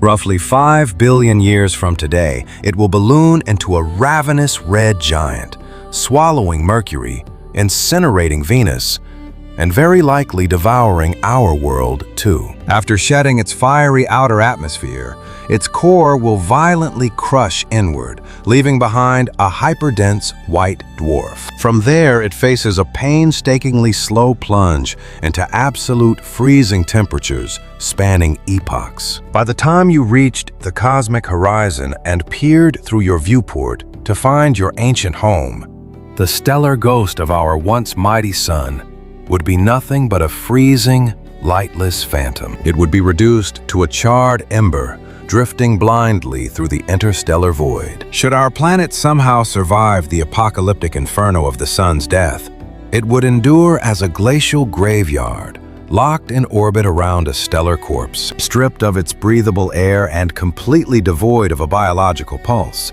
it would offer no heat, just a lonely sphere of rock swallowed by eternal night. This is the brutal, unyielding reality of temporal mechanics. The universe might let you bend the rules of space, but the ticking clock always collects its toll. Conquering the cosmos requires the ultimate sacrifice. Trading your present reality for a tomorrow that is completely alien to you. Einstein's groundbreaking equations carry a deeply haunting, almost poetic weight when you zoom out to this scale. Pushing the speed of light transforms deep space exploration into an irreversible leap forward into the unknown. The laws of physics absolutely permit your departure, yet they deny you a true homecoming. While navigating your vessel back to those exact coordinates is physically possible, you can certainly spin your thrusters around and retrace your flight path. However, the sanctuary you eventually step onto will not be the world you left behind. It will belong to ages yet unborn. Depending on your cosmic mileage, you might land hundreds, thousands, or even millions of years out of sync with history. The staggering velocity required for such a trip ensures that every familiar face you kissed goodbye will have crumbled into history. Every single thing you held dear will be nothing but ancient dust. You become the ultimate outsider, an artifact of antiquity wandering through an era far beyond your comprehension. For certain adventurous souls, this prospect might sound incredibly exhilarating. They could view relativistic flight as the ultimate time machine, offering a front-row seat to the destiny of existence. Eager to watch society blossom, morph, and stretch its tendrils across the infinite dark, answering the grand question of our ultimate fate.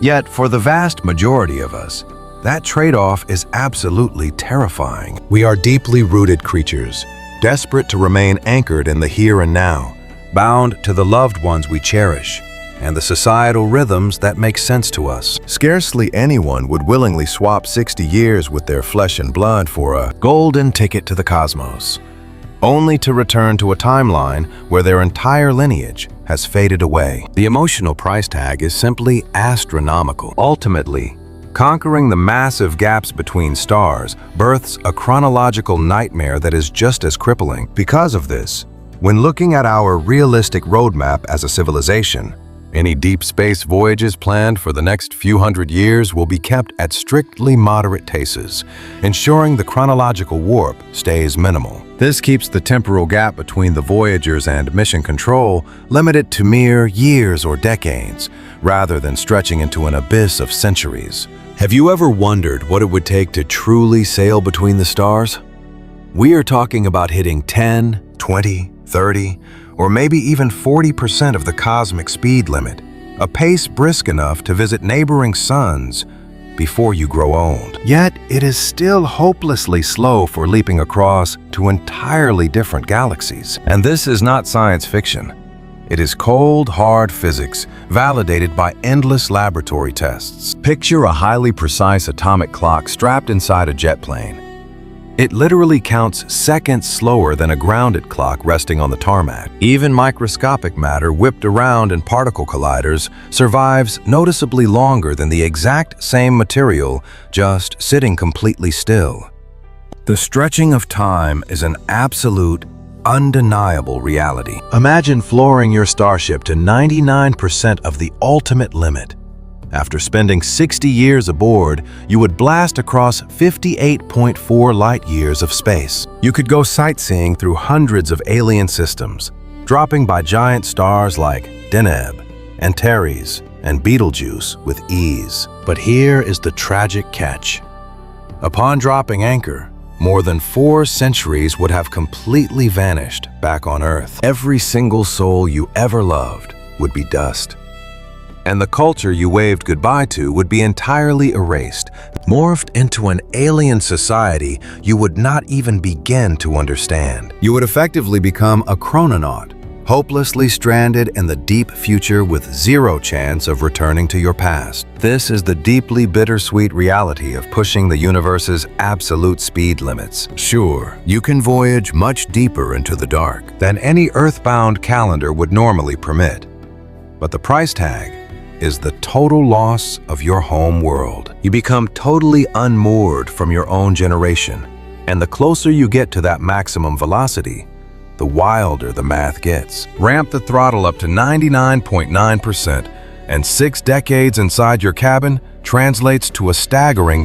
1,340 years rolling by on Earth. All the while, you would traverse roughly 59.9 light years of the void. Push it just a hair faster to 99.99%, and those same 60 years for you equal more than 4,240 years for humanity. That journey would move you about 59.99 light years away. As you brush right up against the very boundary of what physics allows, you can conquer unimaginable expanses in a single human lifespan, while entire epochs rise and fall back on your home planet. The grand, unbreakable barrier standing in your way is light itself. As Albert Einstein brilliantly mapped out, if you are made of solid matter, you are permanently banned from ever hitting that top speed. Picture yourself accelerating.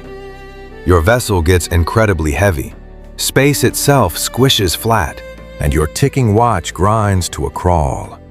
It would demand an endless, infinite well of power just to cross that final threshold. Only radiant beams of light can actually cruise at that velocity, simply because their particles weigh absolutely nothing. The rest of us, burdened by mass, are forever trapped in the cosmic slow lane. Yet, hypothetically, if you harnessed a limitless power supply and dialed your dashboard to 99.9999%, riding the absolute razor's edge without ever touching it, the universe unlocks, allowing you to sail almost infinitely far before your heart stops beating. You could rocket straight across the entire Milky Way, swallowing 100,000 light years of empty space in just 60 years of your personal timeline. Meanwhile, tens of millennia would evaporate into the history books back on planet Earth. You could even bridge the immense 2.5 million light-year gulf to the Andromeda galaxy before your hair turns fully gray. Yet, millions of years of our planet's history would be written and erased in your wake. Theoretically, you could voyage all the way to the absolute edge of the observable cosmos within a single human lifespan, provided you rode right on the heels of a photon. But by the moment you finally parked your ship, absolutely everything you ever knew would be gone. And our blue planet might just be a frozen rock or completely destroyed. The sun would have long since burned through its nuclear furnace and faded to black, while humankind, if it endured at all, would have evolved into something completely unrecognizable. You would step out into a tomorrow so incredibly remote that your entire existence would be reduced to mythological whispers and scattered archaeological dust. And that is the haunting, inescapable paradox of exploring the cosmos at maximum velocity. It offers us the keys to traverse unimaginable stellar gulfs before our time runs out. But only if we are willing to permanently burn the bridge back to the era we once called home. Have you ever realized that if you dive deep enough into the cosmos, you can literally never truly return? At least, not to the exact version of Earth you left behind, thanks to the sneaky rules of time dilation. But let us hit pause on the wild sci-fi ideas for a second and look at what is actually possible right now. If we wanted to reach another star system within our lifetimes, what could we realistically pull off in the next 20 or 30 years? Forget about fancy starships fueled by antimatter or colossal cruisers traveling at 99% the speed of light. We are talking about concrete engineering feats using physics we already grasp and tech we can actually put together today. Enter Breakthrough Starshot. Hands down the wildest yet completely grounded concept currently on the drawing board. And no, this is not a Hollywood script. It is a legitimate scientific endeavor. First unveiled to the world back in 2016, it got its financial kickstart from tech billionaires like Yuri Milner and Mark Zuckerberg, with the legendary Stephen Hawking giving his ultimate seal of approval. The Grand Master Plan? Fling a robotic explorer all the way to our neighbor, Alpha Centauri, before the current generation grows old. The core concept is surprisingly brilliant and incredibly straightforward. Instead of a massive metal ship, imagine building thousands of ultra-microscopic probes, each weighing just a few measly grams, basically souped-up computer chips packing a tiny camera and a radio. Next, you hook up a custom light sail to every single chip, which is essentially a mega-reflective sheet thinner than a strand of spider silk, just atoms deep. Then you blast those sails with an absolute monster of an Earth-based laser to shove them forward. You see, even though light has no mass, it still packs a punch by carrying momentum. Think of it like an invisible wind. When those particles of light bounce off a mirror-like surface, they physically kick it. Now, a single photon bumping into your sail is like a mosquito crashing into a skyscraper. Practically nothing. But if you unleash an absolute tsunami of light from a superlaser, that gentle nudge transforms into serious, measurable thrust. And since our little star chip is practically weightless, just a few grams of silicon, that continuous shove from the laser beam catapults it forward with mind-blowing acceleration. To pull this off, the blueprint envisions a gargantuan grid of lasers planted in a dry, high-altitude desert, likely up in the mountains of Chile. This colossal setup wouldn't be just one giant bulb, but rather an army of thousands of synchronized laser cannons, each pumping out massive chunks of energy. When synced up together, they would fire a combined blast of roughly 100 gigawatts. To put that into perspective, you are talking about 100 times the juice pumped out by a massive nuclear power station. All of that raw, blistering energy gets bottlenecked into one razor-sharp beam, locked dead center on our tiny sail. For the opening act of the voyage, lasting just a handful of minutes, right when the probe is still buzzing through our cosmic backyard, that focused beam just hammers the sail, cranking up its velocity. The forces involved here would be absolutely catastrophic for anything living. We are talking an acceleration spike of around 30,000 Gs. Imagine the crushing weight of 30,000 times normal Earth gravity. If a human were on board, they would be instantly squashed into a microscopic pancake, and regular spacecraft parts would just shatter. Luckily, a stripped-down, hardened silicon brain cast into a solid, microscopic block does not flinch. Because it lacks flimsy mechanical gears or moving parts, it can easily ride out that violent, bone-crushing launch without a scratch. The laser light scatters and fades over the massive distance, completely missing our tiny cosmic surfer. From the coasting at that staggering velocity, this epic cross-galaxy road trip takes about 20 years. Finally, there is zero chance to hit the brakes. It is moving way too fast for any rocket engine we know of to slow it down or drop it into orbit. Our tiny robotic scout gets just a brief, frantic window of a couple of hours to snap photos and slurp up data as it violently blitzes past alien worlds. After its hit-and-run reconnaissance, it will pivot and pulse those precious digital memories back home using a microscopic onboard laser. Because those signals have to travel at light speed themselves, it will take exactly 4.24 years for that text message to cross the void. Meaning roughly 24 years after the launch button was pressed, humanity would finally stare at the very first crisp images and scientific readouts from an entirely different star. Have you ever wondered if we could actually touch the stars within our lifetime?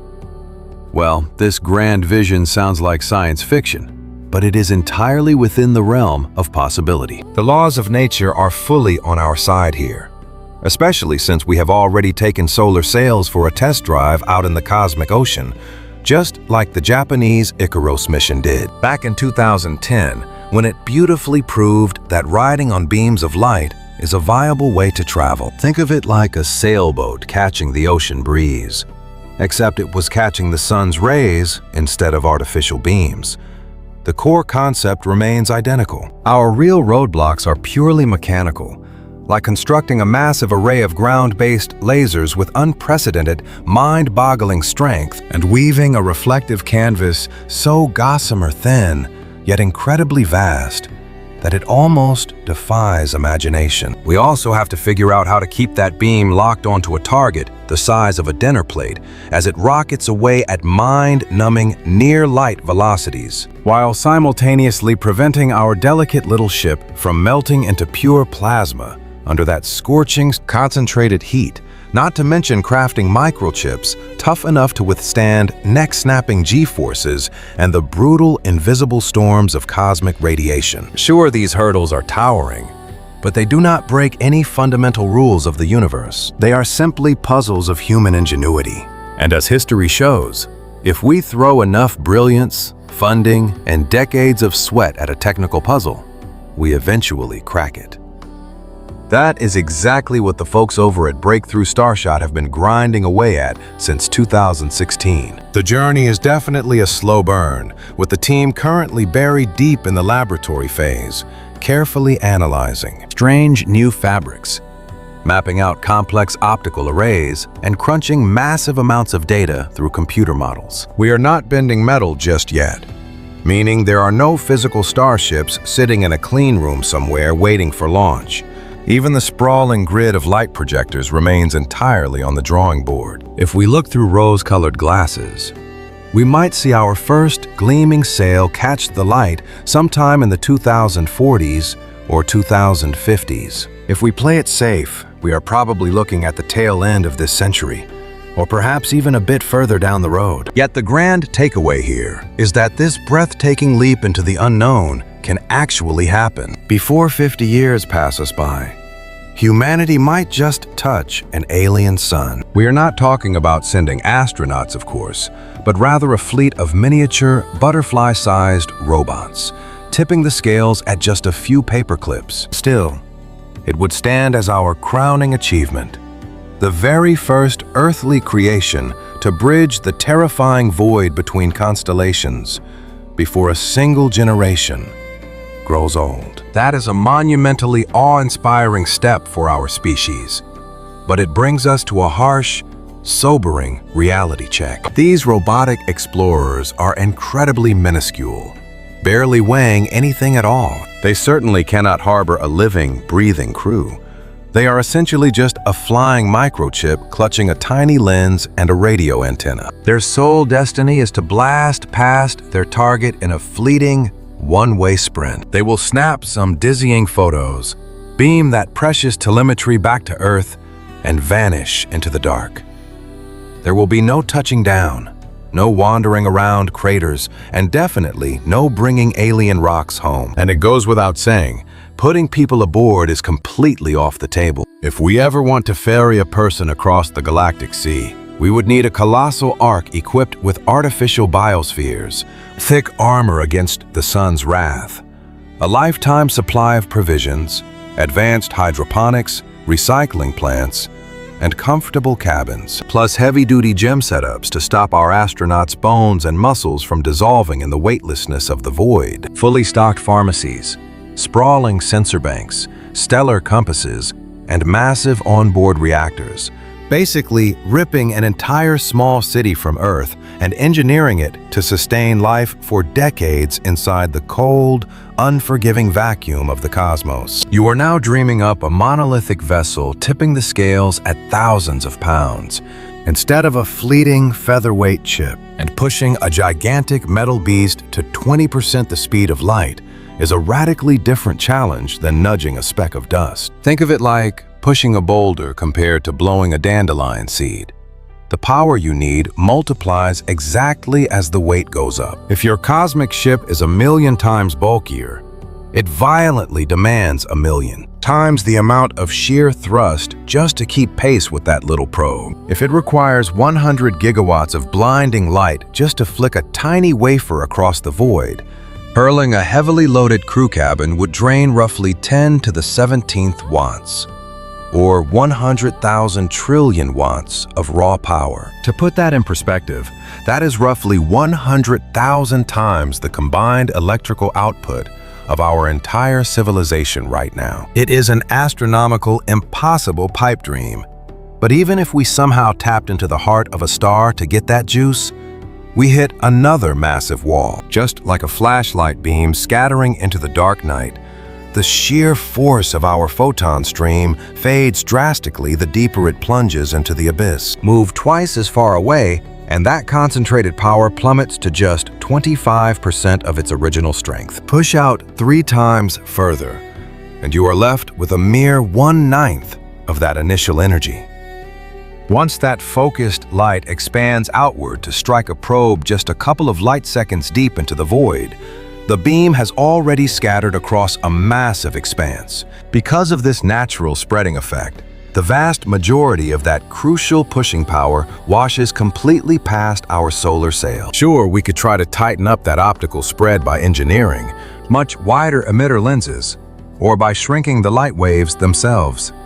Yet the laws of physics push back hard. Light inherently bends and scatters as it travels, a stubborn cosmic rule we simply cannot bypass. In order to maintain a pinpoint beam on a vessel soaring light minutes or even light hours into the dark, we would need lenses stretching out for miles, or we would have to switch to extreme X-ray frequencies. Both of those options sit entirely outside the realm of our current engineering capabilities. This means riding beams of light is a fantastic trick for launching miniature probes that merely require a quick burst of speed while they are still hovering right in our planetary backyard. However, applying this to a massive vessel carrying human passengers is simply impossible. The universe strictly forbids it. So, how do we send humans to the stars? Enter the bold idea of the Century Ship. Rather than breaking our backs trying to conquer the cosmic void within a single human lifespan, we construct an enormous flying city, capable of sustaining a thriving community for hundreds of years. This floating metropolis would cruise through the dark at a leisurely pace, perhaps just 1% or 5% of the ultimate cosmic speed limit. Utilizing atomic engines we already know how to build, the voyage stretches out over hundreds of years, meaning the brave pioneers waving goodbye to our sun will never see the new one. The torch is passed to their offspring in the great dark, and then to the descendants after them. The legacy continues to the next set of heirs. Wave after wave of humanity would live, breathe, and bleed to keep their mechanical island functioning properly, steering it ever closer to that alien sun until perhaps 10, 20, or even 50 life cycles later, dictated by the sheer vastness of the gulf they crossed, the monumental vessel finally enters a new solar system. The astronauts walking down the ramp to breathe alien air will have absolutely no personal memory of the blue marble we call home. Their first breath was recycled air.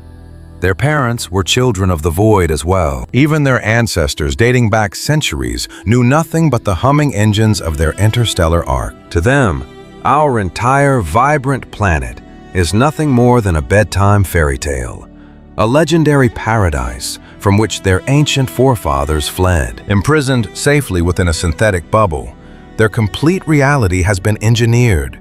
Every single thing they comprehend, every face they have ever looked at, every memory they have ever forged, has happened exclusively inside the cold, steel corridors of their flying fortress. Suddenly, they are thrust into an untamed realm, a living biosphere featuring boundless horizons, genuine gravity, and wild nature. The sheer psychological shock of such an awakening would be absolutely staggering. Picture someone who has known nothing but a tiny enclosed village, being abruptly abandoned in the heart of an endless wilderness. These immense arcs cleverly bypass the tyranny of cosmic distances by simply erasing the ticking clock of a single human life. There is zero pressure for the original crew to witness the final touchdown. By sacrificing countless descending bloodlines to the starward trek, the expedition transforms into an epic spanning saga that stretches out across hundreds of years. Yet,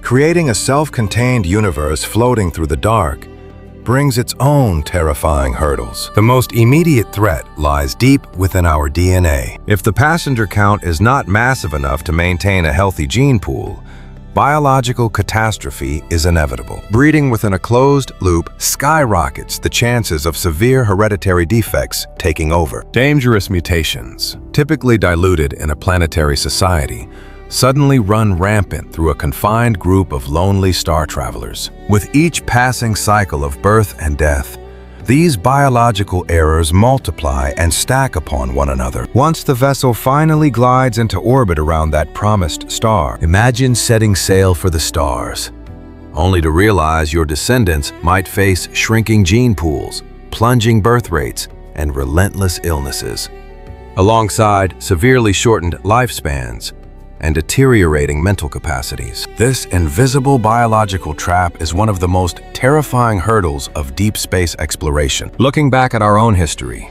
isolated pockets of humanity reveal a brutal truth.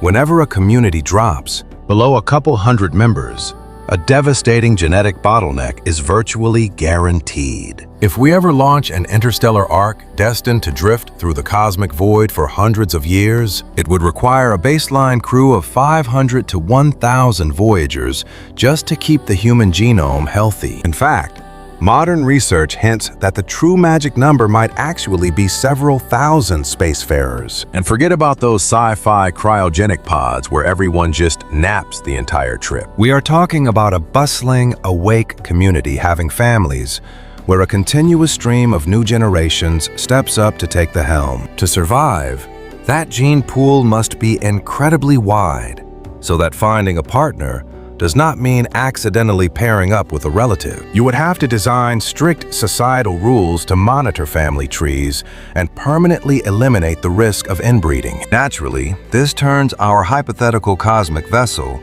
into an absolute behemoth. Packing thousands of restless humans into a flying metal tube demands an astronomical amount of real estate. Think beyond just bedrooms and living rooms.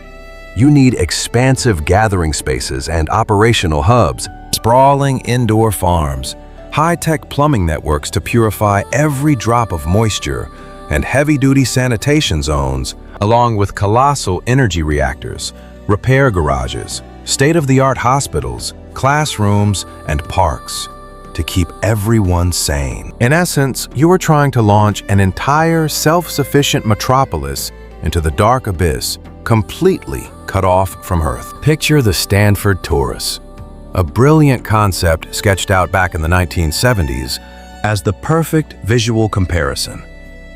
Imagine a giant spinning donut measuring roughly 1.1 miles across. As it twirls through the vacuum, that spinning motion mimics the pull of gravity by throwing objects outward. The citizens would literally live on the inner curve of that wheel, their feet planted firmly against the outer hull. This floating town could comfortably hold around 10,000 pioneers.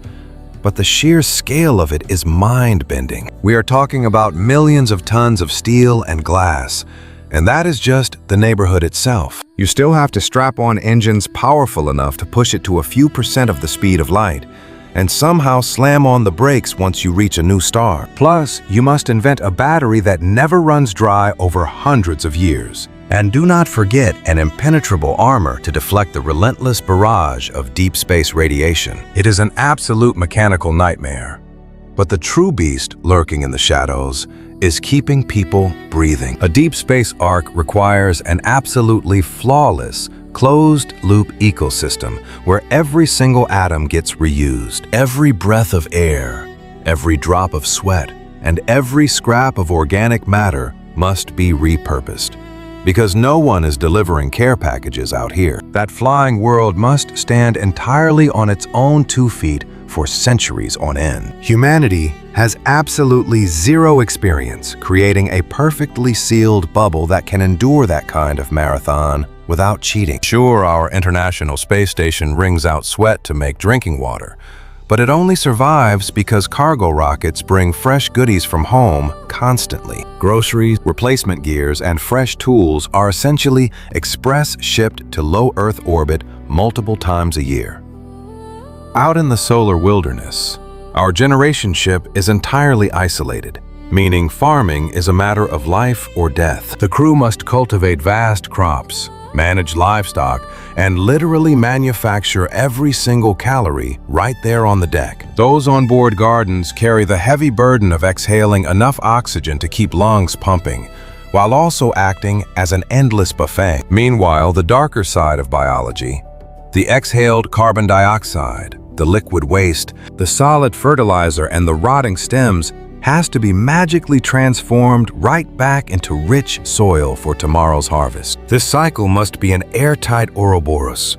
If even a tiny bit of material escapes, that microscopic flaw will snowball across the generations until the entire vessel literally starves itself to death. Imagine if the system loses just 1% of its mass each round. It seems harmless right now, but stretched across a millennial voyage, it spells total extinction. Even our majestic blue planet, the ultimate masterpiece of nature, has never managed to run a flawlessly leak-proof biological engine like that. Think about our home planet.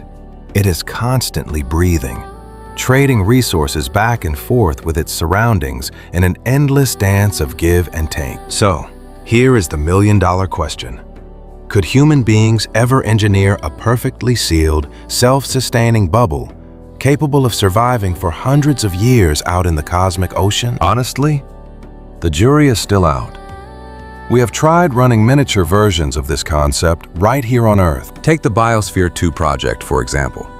Constructed out in the Arizona desert back in the early 1990s, it was designed to be a completely airtight replica of our natural world. A crew of 8 brave volunteers locked themselves inside for 2 whole years, tasked with farming their own meals and constantly purifying their own atmosphere and drinking supply. Spoiler alert. Things went south pretty quickly. Breathable air steadily vanished. Toxic gases started building up, and their crops basically failed to yield enough calories. As the inhabitants began starving and shedding dangerous amounts of weight, Mission Control was forced to pump in emergency rations and fresh air from the outside world. That massive failure proved just how unbelievably fragile biological networks really are, even when you only have a tiny handful of mouths to feed over a very brief window of time. Now, imagine inflating that delicate balancing act to support a massive floating city of thousands and keeping it perfectly stable for centuries. It is a monumental, almost terrifying puzzle. But biology is only half the battle. We also have to talk about human psychology. Picture being born, growing old, and dying inside a metal tube, fully aware that you will never personally lay eyes on the alien world you are traveling toward. You are essentially a bridge, sacrificing your entire existence so that your great-great-grandchildren might one day walk under a new sun. That kind of absolute, unwavering dedication is incredibly hard to find. It demands a collective willpower passed down like a sacred torch.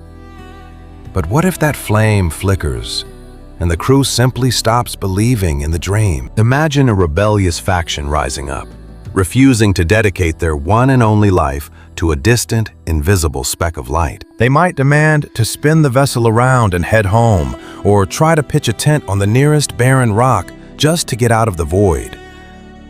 You could easily see massive ideological rifts tearing the population apart, as younger folks completely reject the ancient mandates of their ancestors. The delicate fabric of law and order could simply unravel. We could be looking at violent uprisings, full-blown mutinies, or factions actively destroying the life support machinery. And we cannot dismiss these as mere sci-fi tropes. Just crack open any history book and you will see that human empires, no matter how grand, are constantly plagued by bloody unrest, regime changes, and utter ruin. Mighty dynasties that ruled supreme for hundreds of years have crumbled into dust in the blink of an eye. Yet, those fallen societies had an entire rich, breathing planet at their disposal.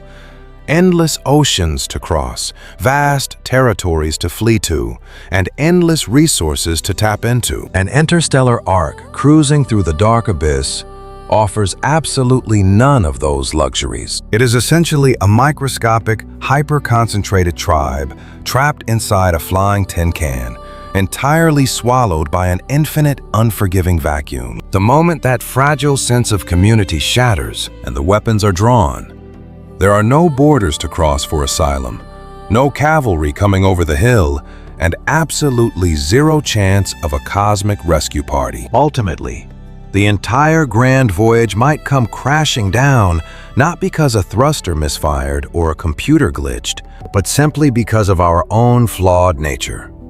If our past is any indicator, our own worst enemy out there will be ourselves. Keeping the peace across multiple lifetimes inside a floating bubble would demand an unprecedented level of flawless leadership, unbreakable traditions, deep philosophical schooling, and a unified vision that binds every soul on board. Every single passenger would have to fiercely champion a finish line they know they will never cross. They would have to bleed and sweat for children they will never hold.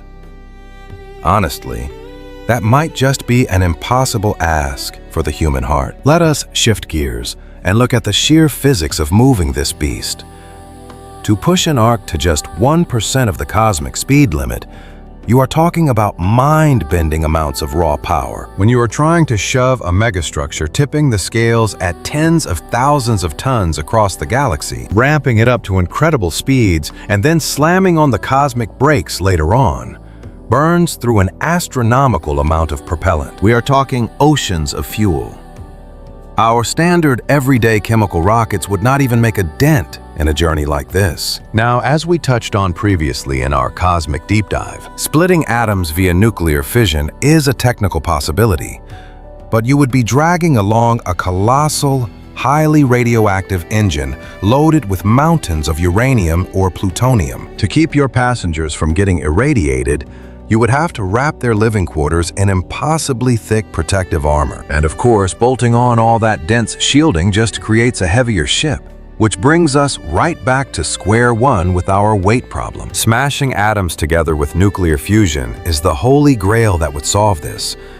But sadly, mastering star-like propulsion is still firmly locked in the realm of tomorrow's science. However, there is this fascinating blueprint called the Bussard ramjet, dreamt up by brilliant physicist Robert Bussard back in 1960. His wild idea? Build a gigantic funnel on the front of the ship to harvest floating hydrogen gas as it flies, proving that the dark voids between the stars are not quite as empty as they look. Have you ever wondered just how empty the void truly is? Picture a space the size of a sugar cube out in the dark.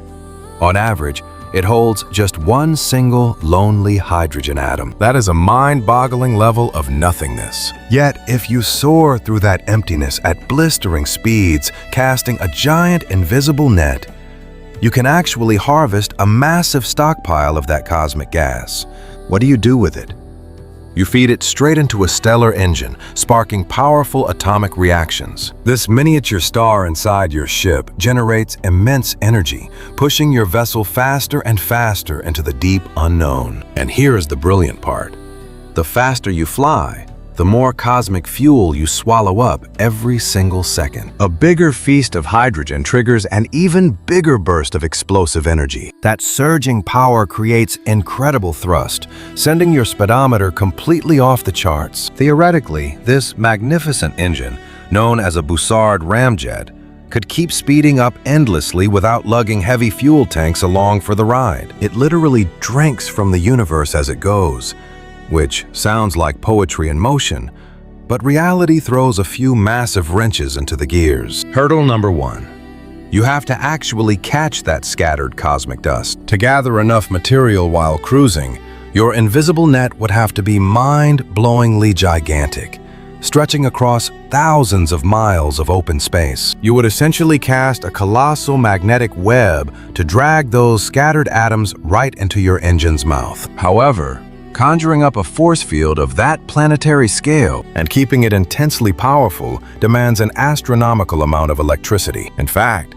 it might drain way more juice than the engine itself kicks out, particularly before you hit your top cruising velocity. You would need a gigantic battery just to jumpstart the entire glorious process. Hurdle number 2. Let us pretend you caught the gas, Igniting it is incredibly difficult. The deep cosmos is flooded with plain old standard hydrogen, not the highly reactive isotopes like deuterium or tritium that we prefer to use. Crushing standard atoms together demands hellish temperatures and pressures, way beyond what it takes to spark those rare isotopes. Humanity has never managed to keep a basic hydrogen fire burning inside any earthly machine. We are just barely pulling off the easier isotope reactions, and that requires massive buildings filled with cutting-edge machinery back home. And then comes hurdle number 3. Suppose you somehow spark that stellar flame. Harnessing its raw fury to actually push a starship forward is a whole different beast. You have to force those explosive byproducts perfectly out the exhaust to generate any meaningful forward kick. Doing that means inventing unbelievably intricate magnetic funnels to wrangle superheated plasma, making all of this just beautiful math and dreams for now. Nobody has ever constructed one of these majestic star engines. It lives solely on chalkboards.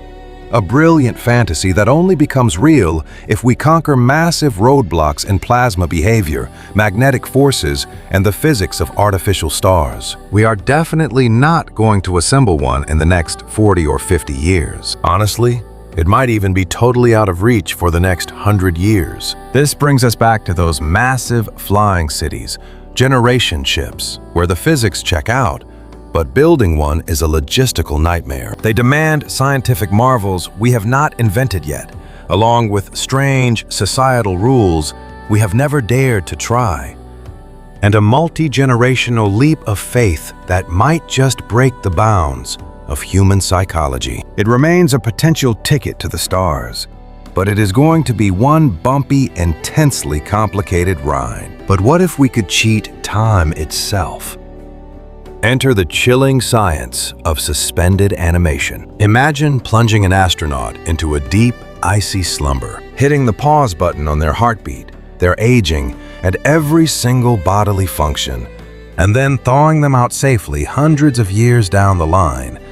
You would essentially make them immortal for the trip. A spacefarer could sleep right through an epic, century-long trek across the galaxy, opening their eyes in a brand new solar system without having aged a single day since they waved goodbye to our blue planet. This elegant trick means we could drift slowly between the stars without needing massive flying civilizations. You could completely skip the need for a giant breeding population aboard the vessel. Instead, you just load up a tiny elite crew, perhaps 30 or 40 explorers, tucked away safely in high-tech stasis chambers. The starship itself could shrink down dramatically, stripping away all those sprawling bedrooms, massive indoor farms, and the incredibly complex oxygen systems required to keep active, breathing humans alive in the dark. All you would need is a steady energy supply to keep the chill going, plus a solid barrier to block out the cosmos's deadly radiation while the astronauts slumber. Cruising at a leisurely pace, say 1 or 2% the speed of light, this vessel could easily take hundreds of years to cross the cosmic void. And the moment this grand arc finally reached its new solar system, smart computers would trigger the ultimate alarm clock. Out stepped the space travelers, shaking off the stiffness, ready to map out an untouched alien frontier. From their perspective, that epic voyage felt no longer than a quick nap. One second they are drifting off near Earth, and the very next, they are gazing at a completely unfamiliar sun. Hundreds of years might have vanished into the dark, yet their biological clocks would not have ticked forward a single second. It sounds like the perfect trick to cheat cosmic time, right? The catch is, we are nowhere near pulling this off yet. Honestly, we are miles away. Sure, scientists can put single cells or tiny microscopic clusters on ice and successfully wake them back up. Doctors do this every single day with reproductive biology, locking them away for future family planning, where they can sit safely in the cold for dozens of years. There are completely healthy children walking around right now who started out as embryos frozen way back in the past. Laboratories can also chill tiny slivers of biological material to study them later. Nature even shows us how to pull this trick off with certain tiny creatures. Take the wood frog, for instance, which literally turns into a living ice cube when the winter chill hits. They survive because their blood is packed with natural antifreeze, stopping deadly frost from shattering their delicate biology. Once the spring sun melts the snow, they simply thaw out and bounce right back to life. Then there are the indestructible water bears, tiny beasts that can endure temperatures plunging all the way down to near absolute zero. They basically hit the pause button on their own lives, slowing their internal engines down to an absolute standstill. Decades down the line, just a drop of moisture and a little heat is all it takes to boot them back up. But remember, we are talking about microscopic, relatively basic life forms here. Trying to put an entire astronaut into a deep sleep, especially a mind packed with 100 billion nerve cells and 100 trillion delicate pathways, is an entirely different beast. The ultimate enemy here is simple frost. As water gets cold, it locks into rigid shapes. Picture microscopic daggers growing inside you, slicing through delicate membranes, ripping muscles apart, and completely shredding essential proteins. Because of those tiny blades, a totally chilled biological unit is usually gone for good. Think about throwing a steak into your kitchen icebox. Those same icy daggers build up right inside the fibers. Pull it out to cook later, and you will notice it feels completely different. It turns into a spongy mess because the microscopic scaffolding was torn to shreds by frost. A gruesome fate that applies to our biology too. Chill and explore, and those razor-sharp shards will bloom inside their mind, their beating chest, and every vital organ, leaving nothing but ruin. Warming them back up does not magically restart their pulse. You are left with a lifeless shell, full of ruptured insides and a completely obliterated mind. Scientists have understood this gruesome reality for practically half a century. However, clever minds have figured out a few tricks to keep those tiny daggers from growing. By injecting special chemical cocktails, we can drop the chilling threshold and actively block the frost from taking shape. Scientists rely on compounds like glycerol and medical-grade antifreeze molecules. These special liquids swap places with the natural fluids inside our biology, essentially stopping those massive icy blades from ever forming. Thanks to this chemical magic, medical experts can deeply chill biological material while avoiding the worst of the shredding, a trick often used by doctors moving a heart or kidney. A rescued organ can be soaked in these protective fluids and plunged below zero to buy precious transit time. The moment a patient is ready, they warm the part up and stitch it in, which, while not perfect, absolutely saves lives over brief windows of time. The massive roadblock, though, is pumping that thick antifreeze perfectly into every single corner of an entire adult frame. If you are just dealing with a tiny scrape of flesh to survive the vast, dark ocean of the universe, could we somehow cheat time itself? With a tiny biological sample, you just drop it in a frosty protective bath, and those antifreeze chemicals soak right through like water into a sponge. But scaling that up to a full-grown human astronaut, you cannot just take a bath in it. You have to push that protective chemical cocktail deep into our intricate biological highway. It has to be forcibly routed through miles of veins and arteries to bathe every single microscopic cell. Surprisingly, human ingenuity has already figured out how to pull this off. Groups like Alcor actively perform this exact procedure on individuals who dream of waking up in a distant tomorrow, immediately after they pass away. The exact moment a doctor declares them legally gone, the preservation clock starts ticking, and the fluid exchange begins. All the natural blood gets flushed out, entirely replaced by this specialized, frost-resistant serum. From there, the body is gradually brought down to the chilling depths of liquid nitrogen, a bone-shattering -196 degrees Celsius. In this deep freeze, time basically stands still.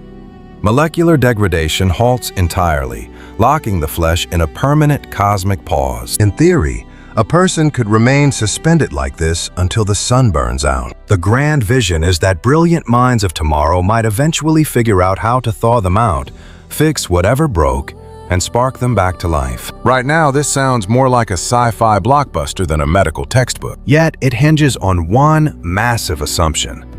If the delicate architecture of the mind remains untouched, if the intricate web of neurons holding our entire identity and life story survives the deep chill, the foundation is still there. Theoretically, a highly evolved civilization could reboot that dormant mind.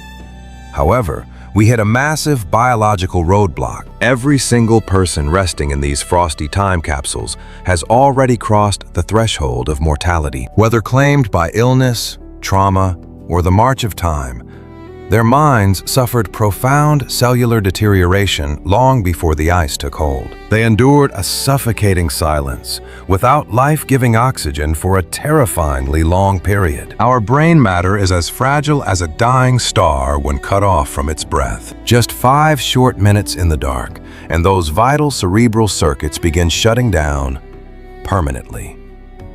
Push that to 10 or 15 minutes, and you are staring at a catastrophic, permanent shutdown of the biological computer. So, freezing someone an hour after their heart stops is essentially perfectly preserving a shattered glass.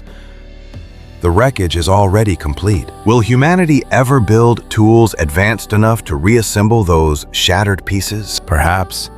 It is a total mystery.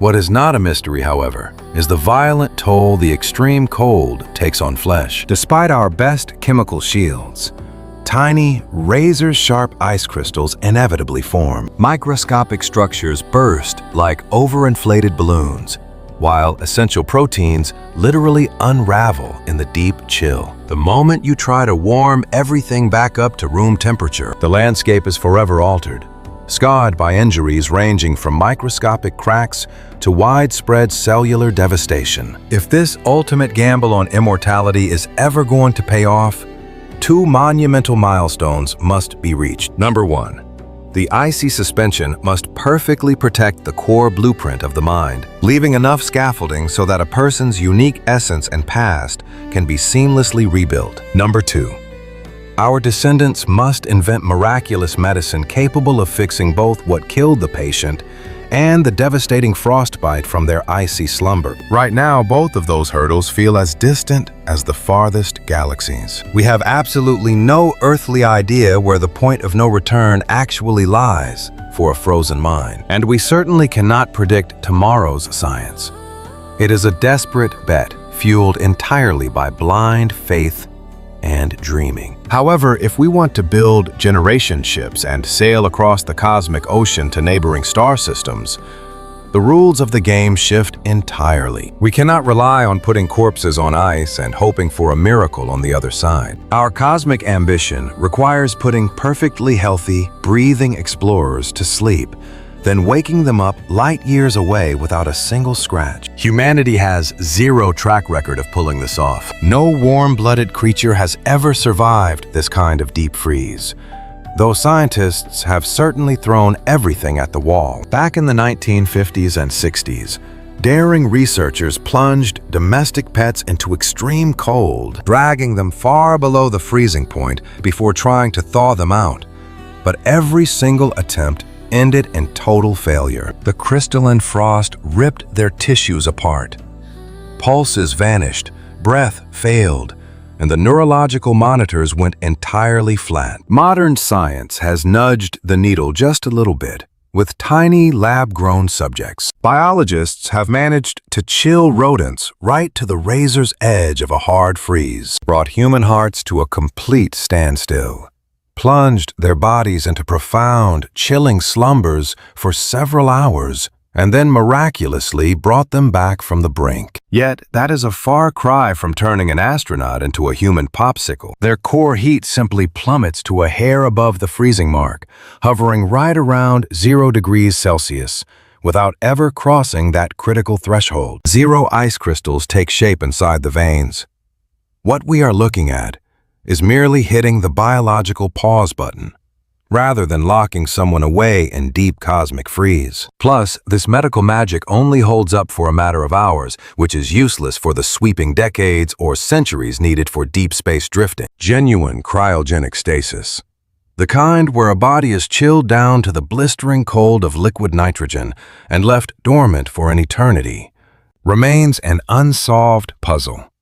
No warm-blooded creature has ever woken up from that icy grave. The science fiction dream simply is not real yet. Honestly, we are still completely in the dark about whether it will ever work, as the sheer devastation caused by sharp ice shards ripping through cells might be permanent. It is entirely possible that deep freezing our minds is fundamentally impossible, instantly shattering the incredibly fragile neural webs that hold all our precious memories, personality, and very sense of self. Plunging into the deep cold might just wipe out the spark of life entirely, erasing vital neurological processes that can never be stitched back together. Then again, perhaps it is merely a massive biological puzzle waiting for a genius breakthrough.